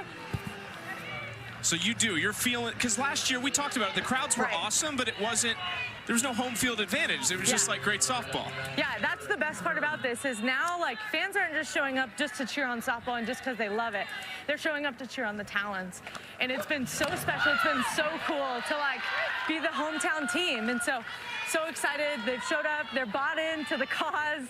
It's kind of silly, but they're owning it, and it's been really fun. Is that a play on words? Bought into the cause? Bought into the cause. You got it. I love that. Yeah. It's been fun to, like, create tradition. Like, we're a new team, and we get to kind of establish how things happen. And so I'm so stoked that the fans are just, like, as in as we are.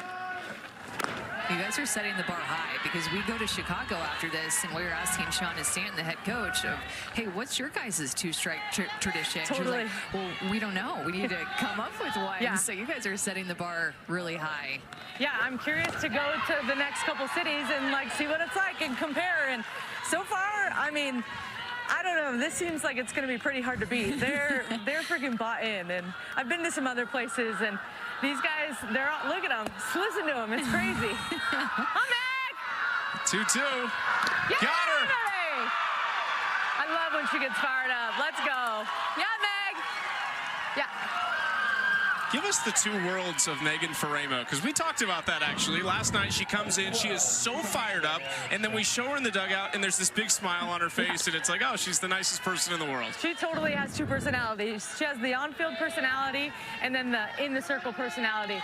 In the circle, she is locked in. Like, she is fiery and passionate, and then off the field, she is the most thoughtful person that I think I've ever met. Like, just the ideas that she's coming up with for, like, team culture things, it's just so thoughtful and soft. Whereas out here, she's big, strong, and tough. Jocelyn Erickson at the plate with one away and one on for Chicago. Yeah, Meg, me, you. Yes, Jay, come with me. And I'm curious, everybody talks about, including us, how great of a leader you are. Where do you feel like you learned to be a leader from? I think it's just, like, been experience and been, I like being the leader. I like answering the questions that I have for other people. I'm just a player on this team, and if I have the thoughts and if I have the questions, somebody else is asking those questions, and so I just try and find the answers. I'm not doing anything special, but just finding the answers, whether that's how to win or what time are we eating, what time's BP, and so I'm just, like, kind of liaison and watch three, you're good, you're good, you're good. So what, Meg? Here we go. But I will attribute, like, yep, I got you. Yeah. I will attribute a lot of my leadership qualities to my mom. My mom is a very strong personality and competitor and wants to win so bad. So I take a lot from her. Amy Hogue has shaped me into the leader and softball player that I am, like, forever indebted by her. Maggie Lavery, like, there's just so many people that have shaped my career and who I am as a player. And I hope that it just shines in a little bit, like, they see a little bit of them inside of me. Right here. Into the left center gap, Aaliyah Andrews covers so much ground, and the runners will stay put. There's two outs. Hannah, thank you so much for the time, as always, and good luck this season. Thank you. Thanks. Out of it, Yali! We got you. Back in it. Yes, I got you. Bree, I got you if you So need two it. outs SJ, for how many Jessica units? Clements. Me, you right here. Me, you. Koffel on second, Erickson on first. UCLA on UCLA, out to left field. Andrews backtrack and makes the catch. Faremo strands a pair. That was Hannah Flippin, live in the field. One of the best doing it.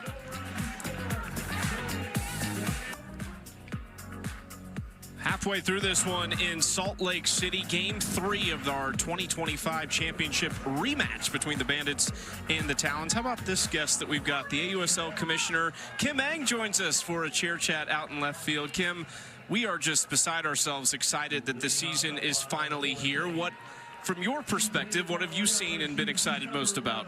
Oh my goodness. Locking these teams down into markets and cities, communities has been has just been what we've been striving for a good number of months here. So to see it all come to fruition, to see these athletes back out on the field, elite world-class athletes out there, has just been outstanding. Well, no one told Aaliyah Andrews we had Kim Ang in the chair because she lined out on the first pitch. So there's one away now for Hannah Flippen. So how about the games that we've been seeing here in Salt Lake?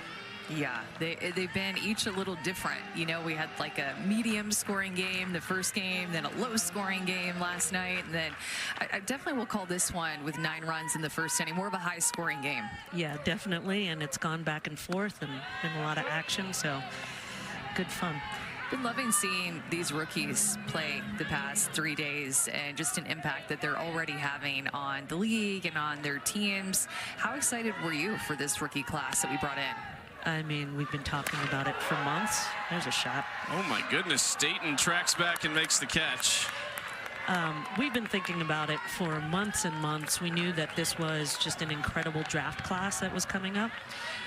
So to see them out on the field, making all kinds of waves, showing what they can do. I mean, Megan Grant last night, 313-foot home run, first hit in the AUSL.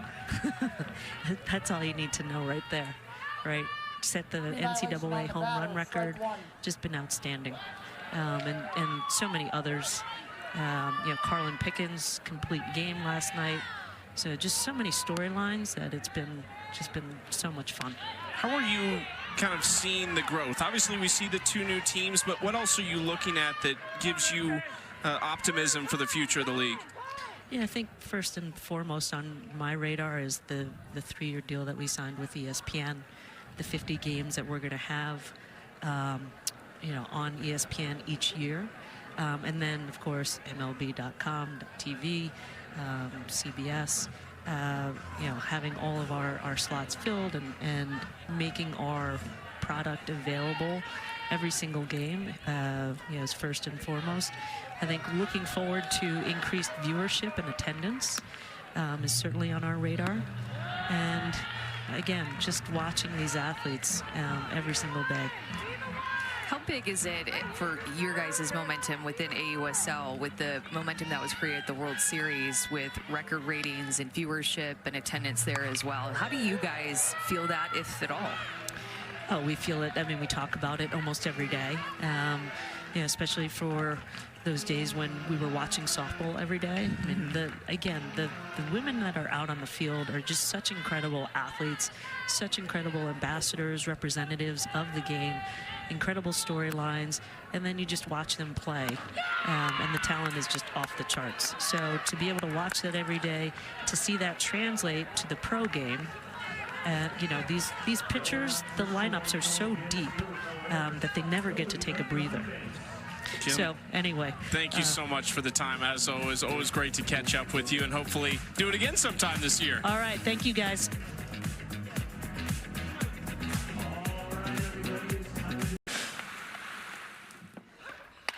Okay, we're gonna tag and go. We're gonna tag and go. Sorry. You got time. You got time. There you go. Come on. Get here. Get here. Get it down. Safe. Yeah. Good job. Good read on that.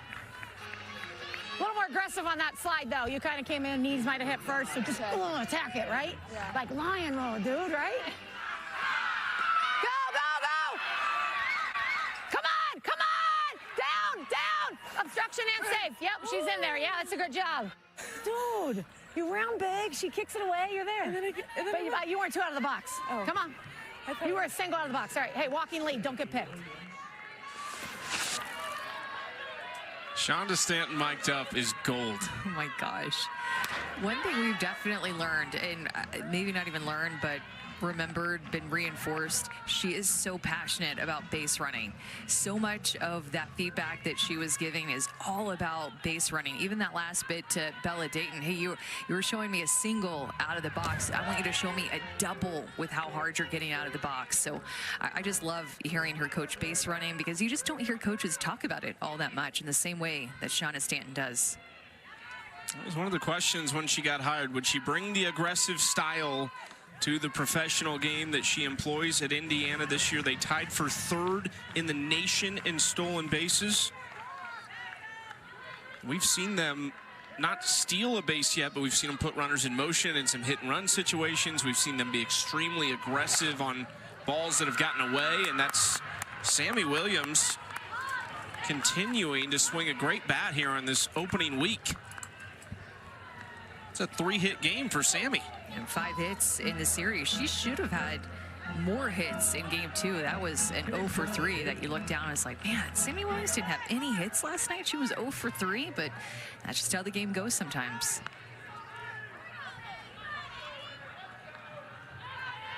Bandits are out hitting the Talons by 4, but find themselves behind 2 runs. You know, you can see how much confidence that they have in Megan Fremo. I was thinking about that in between innings, that they're still continuing to go to her deep in the game. Dayton lays down the bunt. Ellis does a nice job to field her position there. But despite giving up 10 hits, despite giving up 6 runs, she's still out there deep into this game.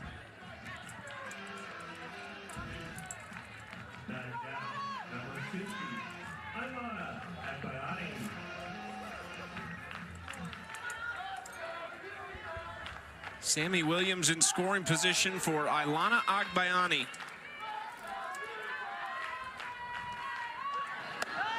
Up and in, ball 1 to the 3rd round draft pick, 13th overall in the AUSL college draft by the Chicago Bandits.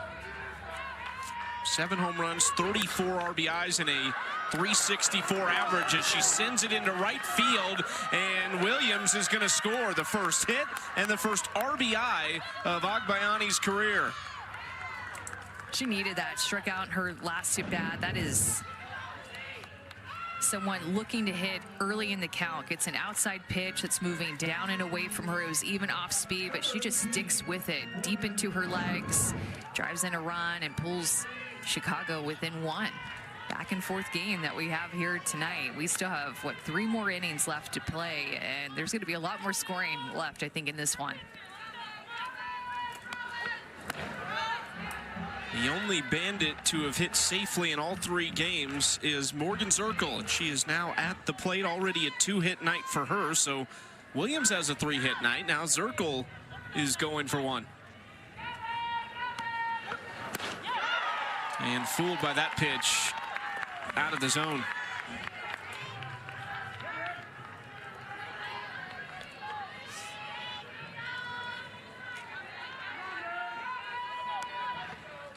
Zirkle not fooled by that. It jumps into the outfield. Would have been an incredible snag by Flippin, but Morgan Zirkle has her 3rd hit of the night. Well, that was 75 miles an hour off the bat. Again, goes out and gets it. That's an off-speed pitch, 60 miles an hour. The Bandits have been picking up on this off-speed pitch out of the hand of Fremo, and Cindy Ball Malone, who's the head coach of the Talons and also works with the pitchers, is going to come out and talk to her defense and Megan Fremo. And it's just interesting with the pitching staff like what the Talons have, that they're just still continuing to stick with Megan Fremo despite giving up 12 hits. They do have action in their bullpen right now. Dallas Escobedo McGee and Montana Fouts. We have not seen Dallas yet. Saw Montana go the distance on opening day. And they've been aggressive early in the count against Fremo. That has been the tone set from pitch number 1 of this game when Morgan Zirkle ripped a double to start out this game, and the Bandits went on to score 4 runs in the first inning as she set the tone. But they've been aggressive early in the count. Shauna Stanton wanted them to be better with 2 strikes. 3 of their 12 hits have been with 2 strikes, but the approach has been a swing early. First pitch ball to Koffel. Talked about how great of a selection Montana Fouts was in the mid to late 30s in the inaugural AUSL draft for the Talons. Aaron Koffel was a 6th round pick for the Bandits in that inaugural draft that turned into an MVP season last year. League best 28 RBIs as she calls time and steps out of the box.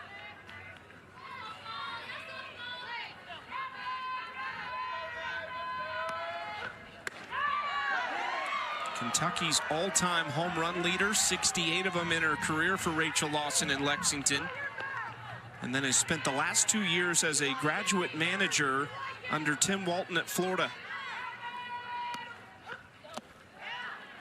Koffel walks, and the bases are loaded with one out.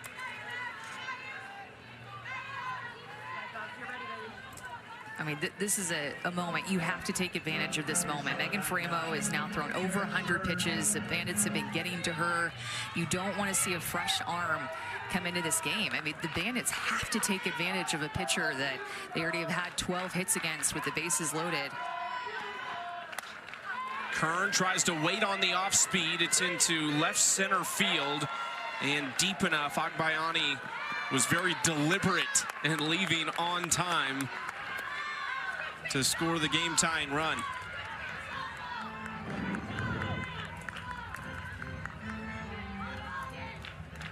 I'm seeing a few sacrifice flies in this game, but you know, when 16 runs are already scored in this game in the 5th inning, you're going to see runs scored a variety of different ways, that's for sure. Offensive game is what we've seen after a pitcher's duel last night, a 1-0 win for the Talons. Ball one to Jocelyn Erickson, who had her first professional hit back in the 1st inning of this game. It was an RBI single. Gold Glove winner at Florida. Had a tremendous, just 3-year career there. It's hard to believe Jocelyn Erickson made the impact on that program that she did, and she was actually only there 3 years. Started her career at Oklahoma.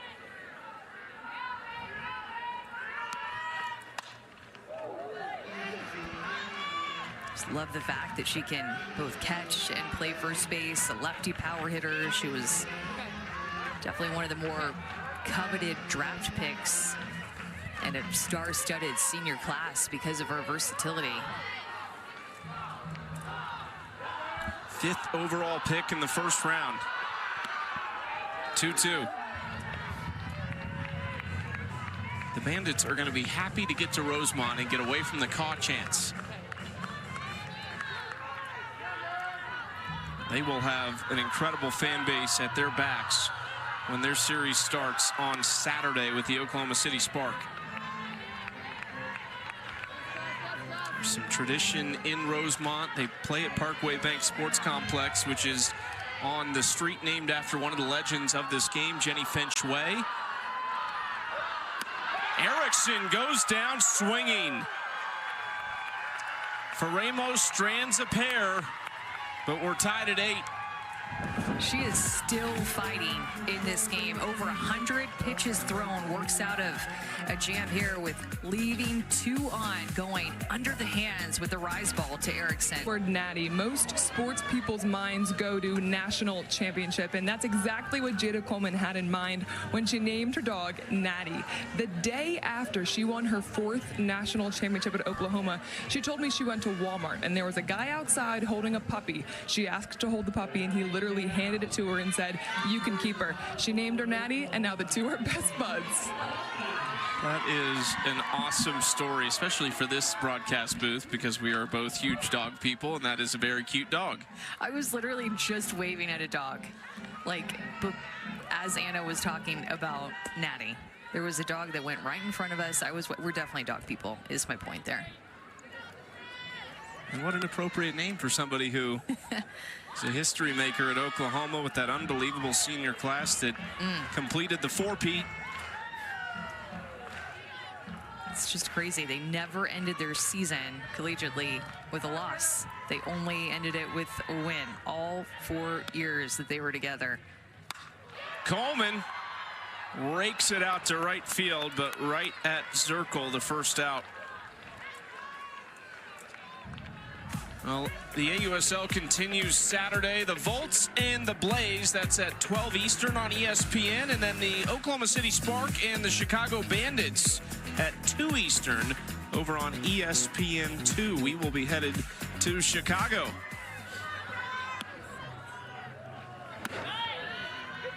Pfizer delivers strike 1 to Charlize Palacios.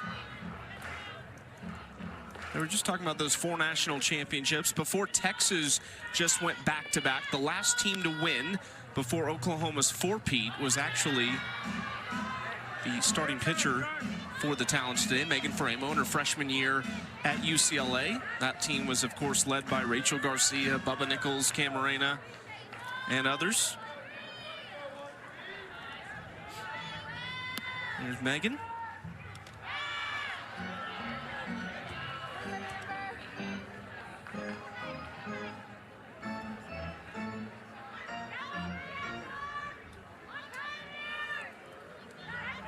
The Bandits have left 8 on base. The Talons have only left 1. And think about how it's an 8-8 score right now, and Chicago has double the amount of hits as Utah has. And when you leave 8 on base, they had an opportunity to score more. Framo has been able to strand some runners despite still giving up 8 runs. Half of the Talons' runs have come with 2 out.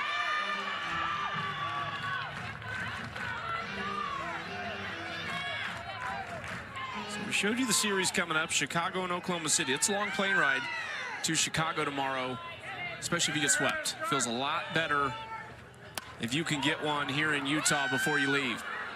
Well, and sweeps are so hard in this league. We see it in the college game as well, but sweeps are so hard to do because all these teams are so talented. So we saw Cascade avoid a sweep earlier today with the run rule win. And then Spark ended up winning their series against the Texas Volts. They ended up having a walk-off, which was a hit-by-pitch RBI for the walk-off win. Amari Harper with the bases loaded. She's had a really good start to her rookie campaign. As Palacios drives it out to left field, 2 outs. It is a short season, though, and it was a big part of the Bandits' success last year was the tremendous start they got off to.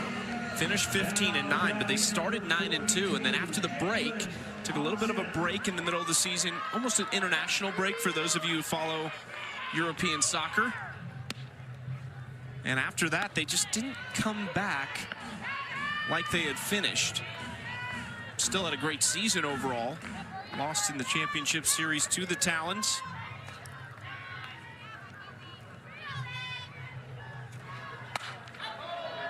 Foul ball from Alchin, and Pfizer's ahead 0-2.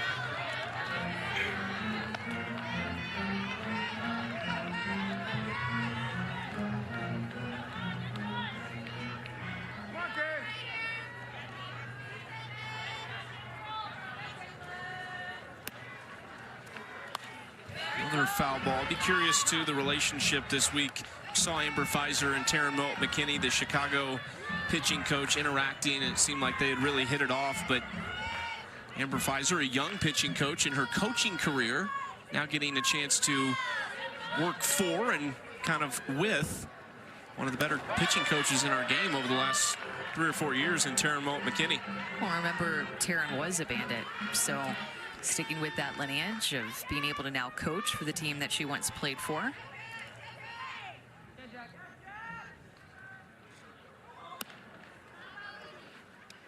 Bounced in by Pfizer, 2-2. She just did such a tremendous job with the Mississippi State pitching staff this year, and Mississippi State going to the World Series for the first time in program history, and their pitching staff being a big part of that, with Paige Gould getting a golden ticket and being drafted, and Alyssa Faircloth, who has another year.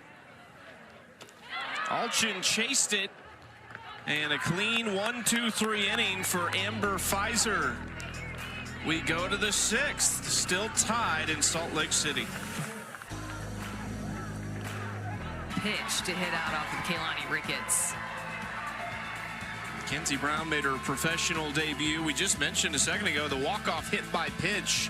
Amari Harper drives in a run the hard way, and Oklahoma City wins their opening series 2-1 over the Texas Volts. And that was a come-from-behind victory for the Spark, too. The Volts were leading for, felt like the majority of that game. And then a big bottom of the 5th inning got the Spark right back into it, and then they walked it off in the 7th.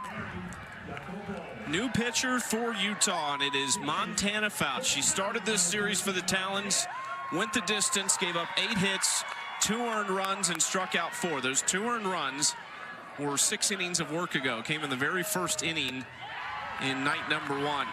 And her drop was really effective against Chicago when she made the adjustment after the first inning where she gave up those 2 runs. She went more to her drop. That last pitch to Jacopo was a drop that she swung over the top of it. That was a pitch that really helped her out. Another one there.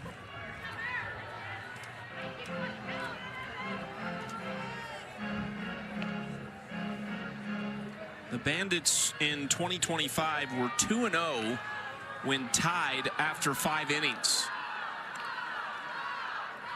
Can they get to Montana Fouts quickly like they did the other day? Not with that pitch. She freezes Mary Jacopo, who had had a really good night at the plate up to that point. The height of this curveball is so good. 2 strike count. She had been going to her drop, and then she goes to a curveball that just paints the outside corner right at the knees.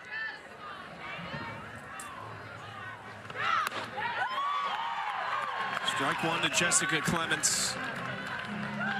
As Montana Fouts' season developed last year and you started to see really the best of her, what is it that you remember from the Alabama days that you are seeing now that shows you that she's back on top of her game? I think she does such a good job of just living on the corners with her curveball. She'll throw it backdoor, so outside to these left-handed hitters like you saw in the first pitch of this at-bat, and then being able to throw it away from the right-handed hitters as well. But she just spots that pitch so well, and to me everything works off of that pitch, because then she can go down with her drop or up with her rise when she needs to. But when that curveball is hitting corners and helping her get strikes to work from ahead like she is here, then it's tough because she might go down or she might go up. Ground ball left side, flipping, got to be quick. That was a great pick by Bree Ellis, but Clements is safe. Flippin and company looking for a challenge, and that'll bring Cindy Ball Malone out of the dugout. Let's see if she wants to. I thought she was out. Oh, yeah. And a really nice pick by Bree Ellis. She's out by a good half Utah step. is challenging the play at first base. The call on the field is safe. That play is under further review. Little tip of the cap to Bree Ellis tonight, because she's made a couple nice plays defensively, came in on the bunt, showed off some great footwork, and then the scoop there. Because the first couple nights, she's had a little bit of awkward footwork at times over at first, but she's made some nice defensive plays over there this evening. That was a nice defensive play by Hannah Flippin. That ball pulled her deep into the hole, and Clements has some good speed. She's coming from the left-hand side, so she's already a little bit closer to first base, but a long throw that had some good momentum behind it.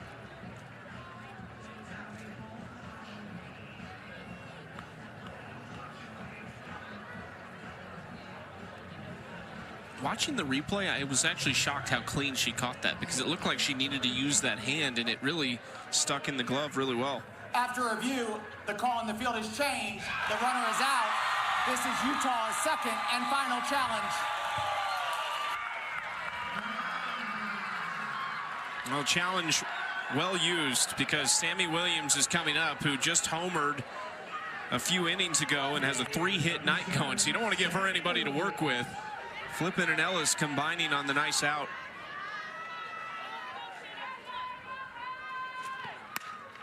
Williams swinging first pitch. Alchin there. 1, 2, 3 from Montana Fouts. Off to an excellent start in 2026.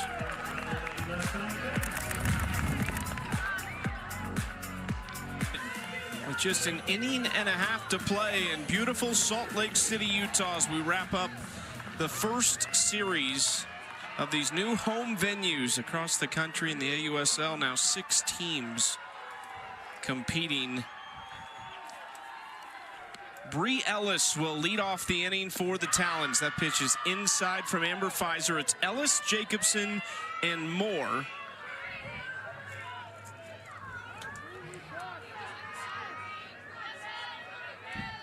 Ellis struck out with the bases loaded, was the second batter to face Pfizer back in the 3rd inning when she entered this game for Mariah Lopez.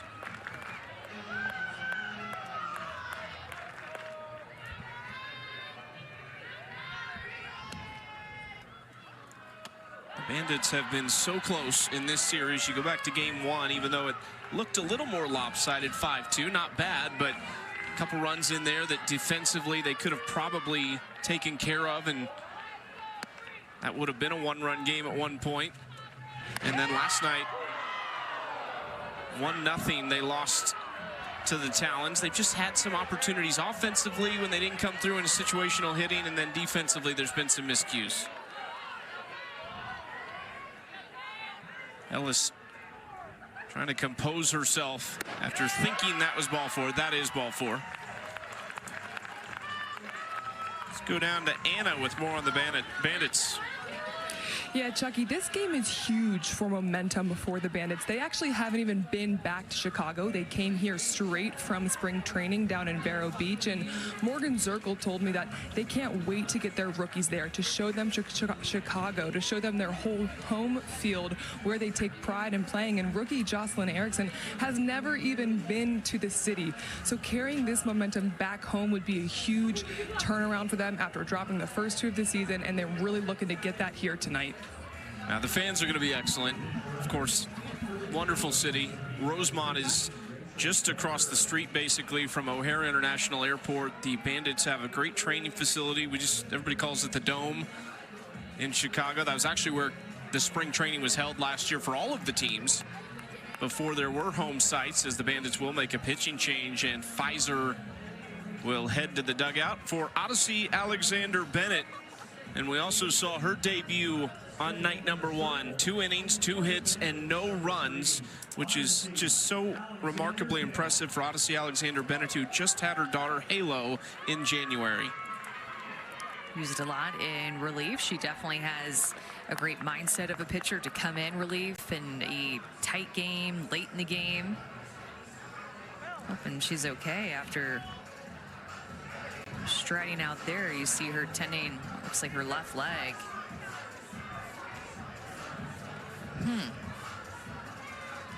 Still messing with it.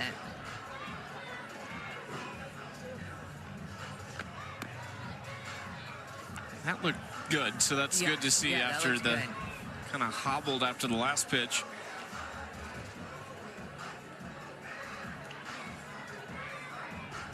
Odyssey has been put into some very high leverage situations. You mentioned used a lot as a reliever last year. 9 of her 12 appearances came in relief, and she is not afraid of the moment. Had 81 career wins and a .337 batting average in her career at James Madison, where she was a 3-time All-American, 2-time Conference Player of the Year. There's another great James Madison star in the league as well for the Oklahoma City Spark, Jalen Ford, who we have not seen in the 2026 season yet. Well, and she's going to complement Amber Pfizer really well, because Pfizer, a right-handed pitcher that predominantly throws curveballs, so a curveball is going to spin away from these right-handed hitters. But Odyssey is going to come in and throw into them with her screw and her rise hard in. So a completely different look. She also has an off-speed curveball and a changeup that she will throw in there as well. But I like the way that she follows up after Pfizer pitches.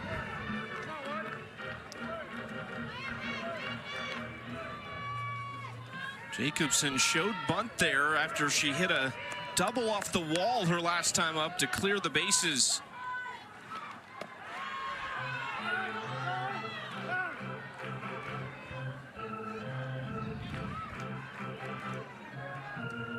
Eight runs on just 6 hits. If you showed everything in this but runs, you might think they had maybe 1 or 2.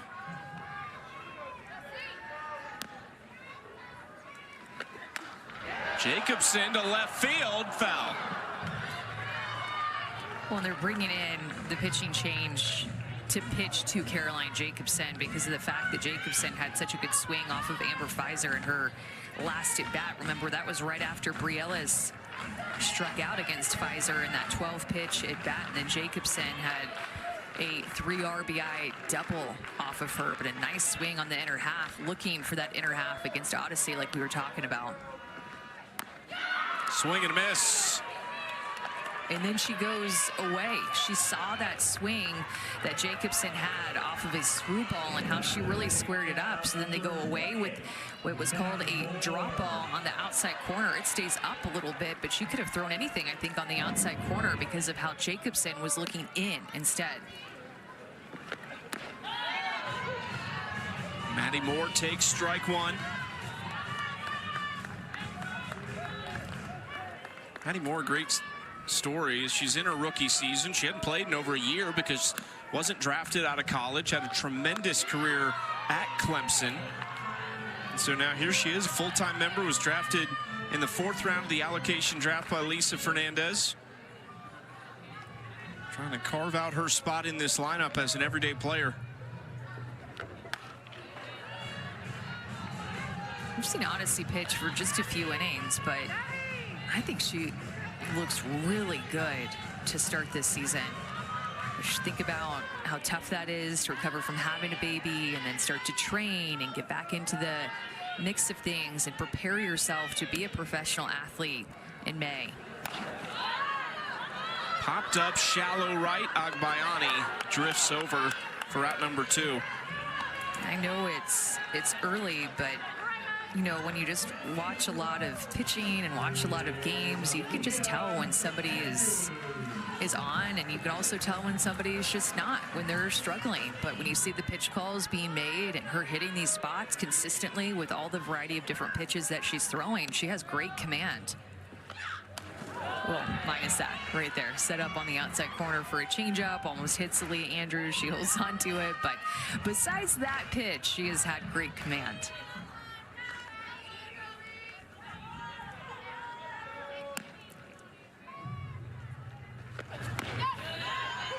Strike one to Aaliyah. Just being able to hit these spots consistently. It's something that at times had been lacking in her pitching the past couple of years, being able to throw one pitch like that, but not being able to do it consistently. Ground ball right side. That is a very nice relief appearance from Odyssey Alexander Bennett. Can she get some run support as we go to the 7th, still tied at 8? Now we're hearing Hawk. We need to get somebody in the, would it be considered the aviary community? It literally keeps changing what we're being told, so it could be a falcon, which we have heard, and it could be a hawk. It's a real cool bird is what it is. We're in the 7th inning, and we are all tied up. We've already seen one walk-off today. The Bandits don't want that. They want a game winner here in the 7th, and then a clean inning from Odyssey Alexander Bennett in the bottom half. 8-9-1 due up. So can Bella Dayton and Ilana Agbayani set the table for Zirkle and Koffel at the top, who have been untouchable tonight?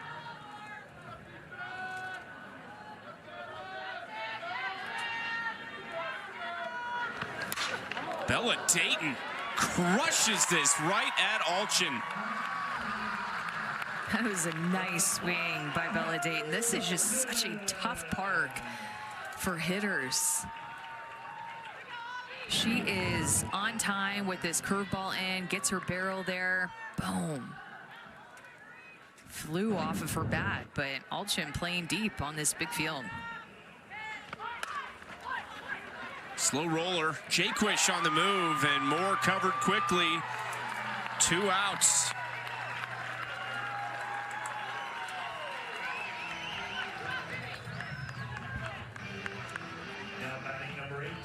Five batters faced for Montana Fouts. She's retired all of them, and she's only taken 13 pitches to do it.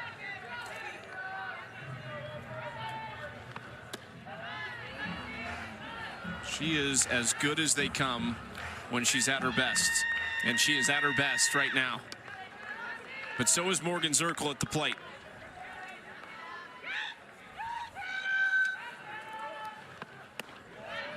2-0 count to Zirkle, who had just a ridiculous 9th professional season a year ago. 420 average, 3rd best in the league. 9 doubles led the league. 9 home runs led the league. And 2nd in RBIs to her teammate Erin Koffel. And I mentioned it yesterday, but probably 2nd in the MVP and Hitter of the Year voting to Erin Koffel as well.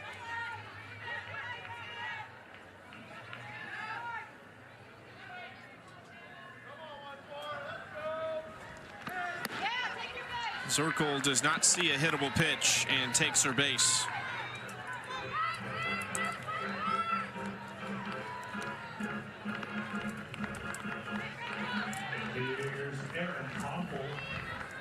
And now Koffel.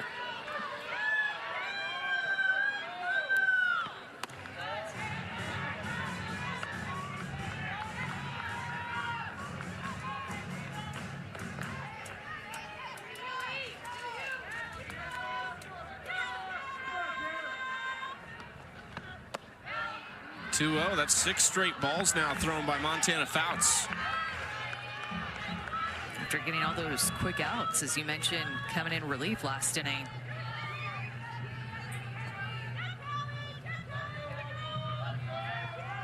Koffel digs in, 2-0, 3-0.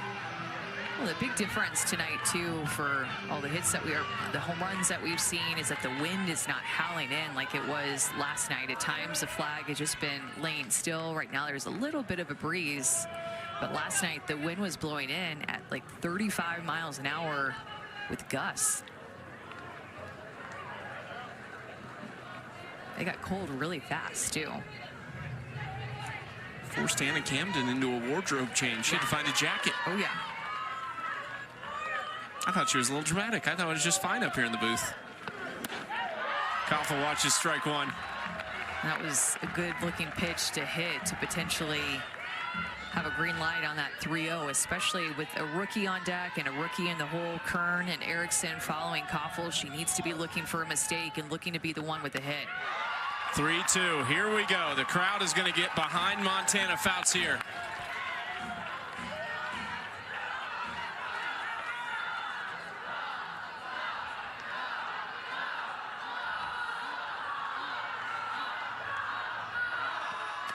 And she walks her. Koffel gave a big point to the rookie Taryn Kern, who will get a crack at this. Erin Koffel has had 6 walks in this series. They're going to need some rookies to step up, and Jenny Dawnhill told us we need these rookies to play big. Well, the missing piece of this offense is Skylar Wallace, who would likely might be in this spot right here or in front of Koffel for her to protect her. Instead, it's Taryn Kern, the slugger from Stanford. Chases that pitch, and she's behind in the count 0-2.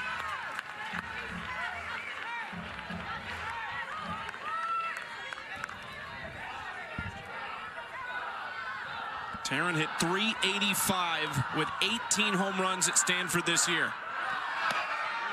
She learned from the last one.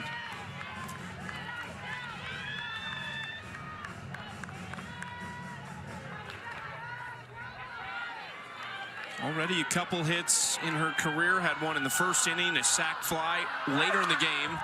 Fights that pitch off.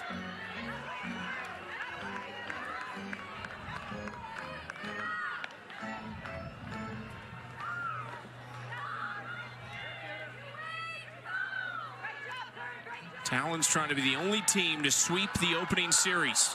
Got to get out of the inning here.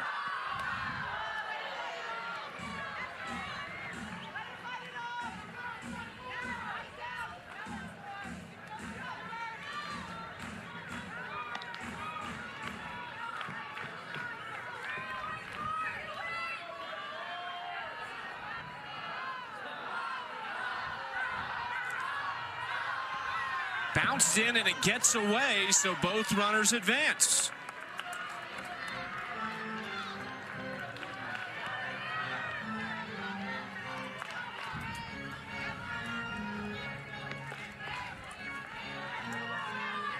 Kern got behind 0-2 quick, and she has fought her way back into this at bat.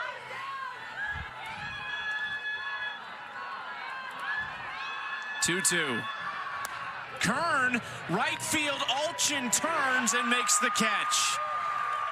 Some hard hit balls that found gloves in that inning, and now the Talons have a chance to walk it off.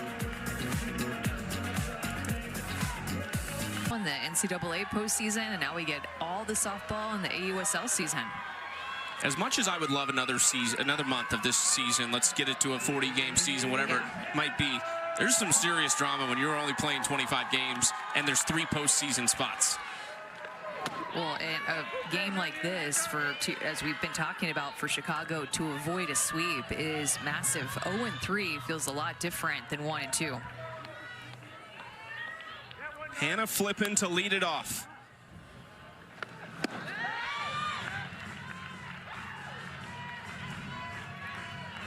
Back where it all started for Hannah Flippen at Utah. You just wonder, how many times did she win a game with one swing in this ballpark? That gets away from Odyssey, 2-1. Hannah's in her 10th year as a pro. She's played professionally overseas in Japan as well.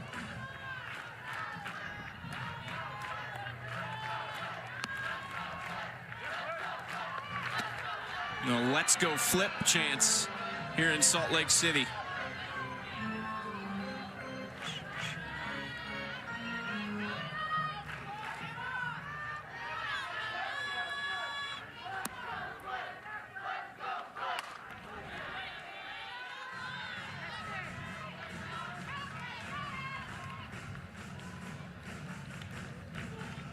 Hannah Flippen become a mainstay on Patty Gasso's United States teams recently. Gold at the World Games last summer. She was also on the Down Under Series team. They went to Australia kind of at the end of December, beginning of January. She was on that team as well. Watches that pitch, 3-2. Talking about Odyssey's command in that last inning, she's missing some spots pretty big here in this inning.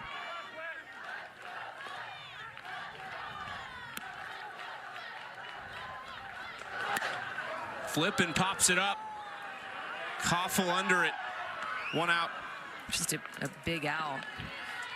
Big out with the way that she struggled with a couple of those pitches that were big misses to get Hannah Flippen, who the crowd was behind and wanted to find a way to get on base late in this game.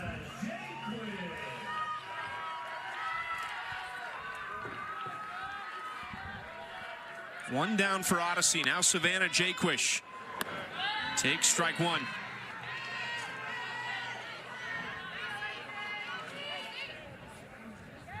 Jaquish, also a member of that gold medal winning World Games team. Didn't play a lot last year. She was a little bit banged up. Also ended up kind of behind Sydney Romero and Charlize Palacios over at third and then behind the plate.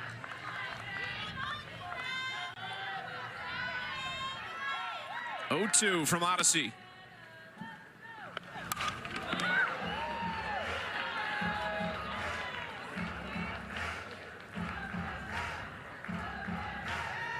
Five consecutive wins for the Talons over the Bandits.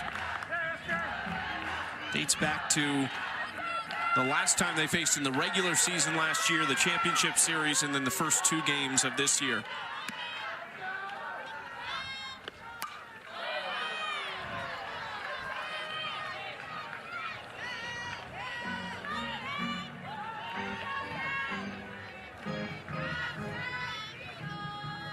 Think about how great this crowd's been this weekend. We talked a lot about it. It's been everywhere that we've seen. Get the weekend games now. First time we'll have weekend games. Yes. Think about, these folks are coming out on Tuesday, Wednesday, Thursday nights. Saturday, Sunday to start the weekend series. Jaquish foul. Well, and I've loved the fans that have come out and hung out on the berm. I just always think that's such a cool aspect when fields have that. Alabama's field is like that, so is Arkansas. Just to have that berm where people can go and lay out a blanket and sit down, choose their seat.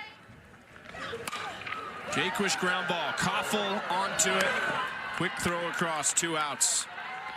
We are an out away from our first extra inning game of this 2026 season.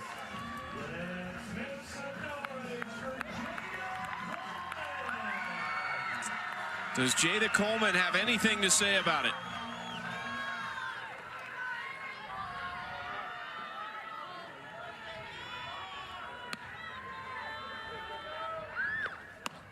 Strike one.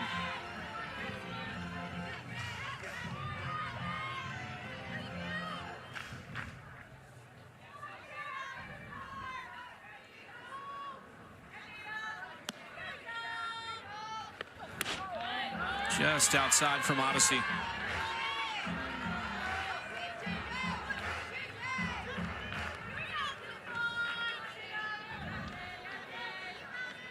The wind is as still as it has been all week here in Salt Lake City. 64 degrees tonight. I mean, that is the first time we've looked up and seen that flag not blowing. Yeah, I looked up earlier and it's kind of been a little on and off, but I feel like mostly like slightly on with a hint of off the way that it is now with that beautiful sky behind it. Popped up. Williams really quickly got over to the fence, but it is out of play.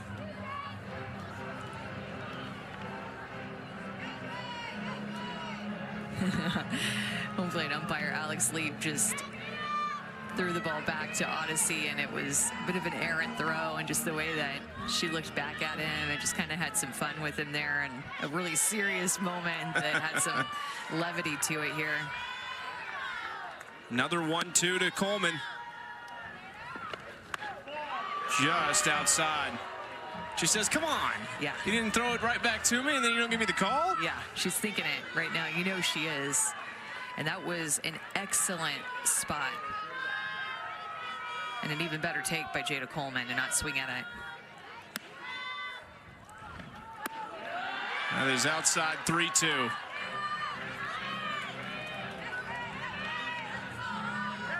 Odyssey entered into this game with a runner on last inning and nobody out. She's retired 5 straight.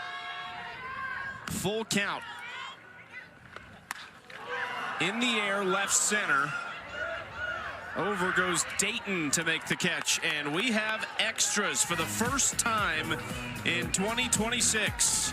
Bandits get the bats when we come back. Jocelyn Erickson leads it off. I mean, all the way back in the first inning, we had 9 combined runs scored in that first, and it set the tone for the rest of this game. A runner does begin the inning on second base. It's the last recorded out, so it's Taryn Kern as they try to bunt with Jocelyn Erickson. Charlize Palacios will run that thing all the way to second to put Kern back on the base.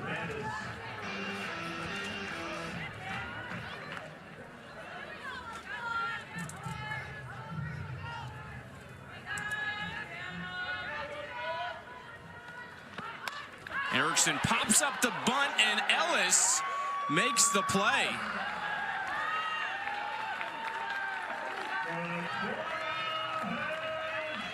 It's exactly what Montana Fouts wanted. Batter was out of the box. Utah takes the out.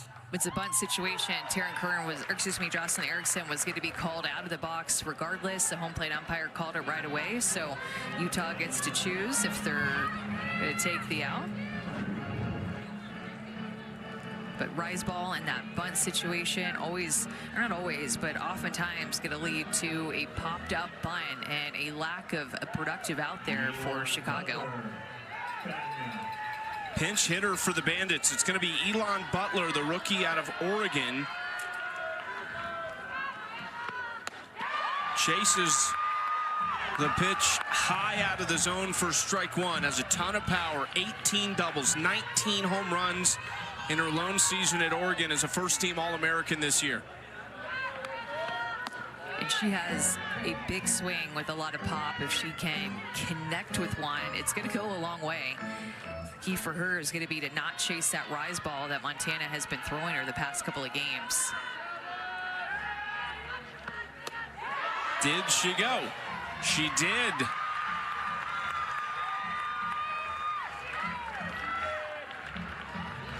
Shonda Stanton disagrees wholeheartedly. 1-2. It's a much better take there. So full swing to check swing strike to then full-fledged take on the rise ball as this at bat has gone on.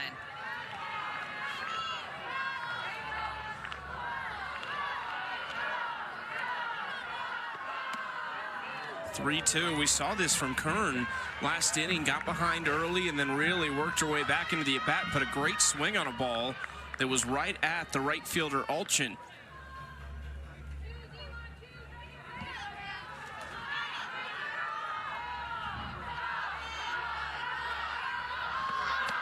Got her swinging. Strikeout number 2 for Montana. If somebody shows you that they're going to swing it that early in the count, you just keep throwing it. And it's what Montana did. Got her to chase well out of the strike zone. All 3 strikes and then at bat were off of their eyes.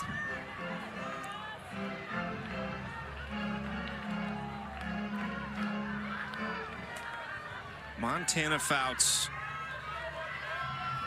now 8 2/3 innings, just 2 earned runs allowed, and they came in the very first inning of the first game of the season.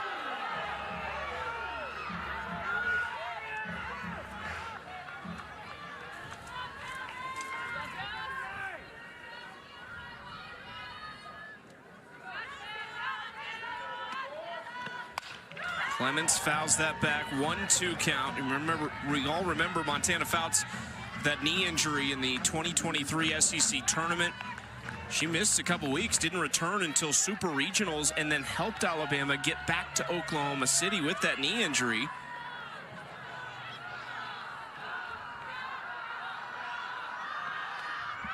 Another foul ball by Clements. Looked like she shook off what was called a drop ball in, and with the pitch clock, there's no time to recall the pitch. So at that point, once she shakes off, I think Palacios is just in a reaction situation if the pitcher shakes off. Got her swinging. Montana Fouts fired up. Another chance for the Talons to walk it off. The Talons sure have had a lot of strikeouts in the late innings with their horses, feeling the pressure in tight games, but being able to come through. Montana Fouts, 2 strikeouts in the 8th. Series over Chicago. New pitcher in for the Bandits. It is Bree Copeland.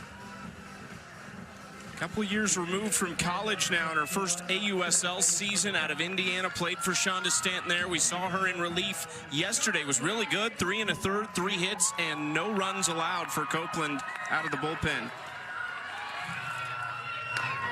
Palacios lays down the bunt. Williams makes the play, but the winning run now stands at third base.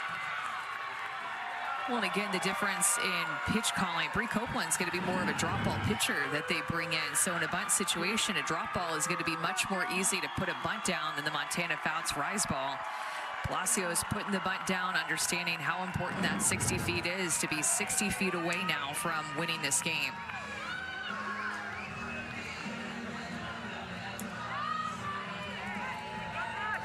Now Jadlyn Alchin.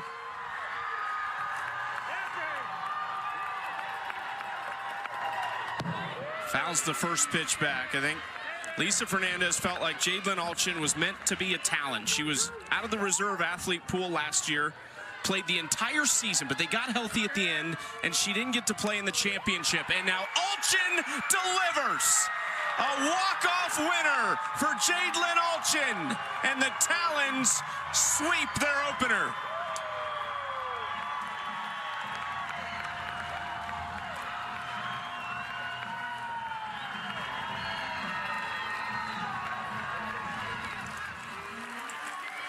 That's why that bunt is so important, because there's just so many different ways to score a runner from third base. And Alchin even got fooled on that changeup, but stuck with it long enough to be able to find a hole in the outfield. And Alchin just loving up this crowd and these fans, giving them so much love for their support, and her walk-off swing to sweep Chicago, the opening series. Talons picking up right where they left off. They just had a great moment with their fans on the field. I mean, you see it in college a lot of times, sing the fight song afterward. They were all out in between the lines doing the Utah chants with their fans in the stands. What a fantastic opening week. That was so awesome. How about we, I don't know, travel tomorrow and then we do it again this weekend? We are headed to Chicago, where the Bandits welcome the Spark, their home opener in Rosemont. But it's the Talons, the 2025 champions, who stand alone atop the standings, 3-0. For our entire crew, we thank you so much for joining us, and we will see you on Saturday.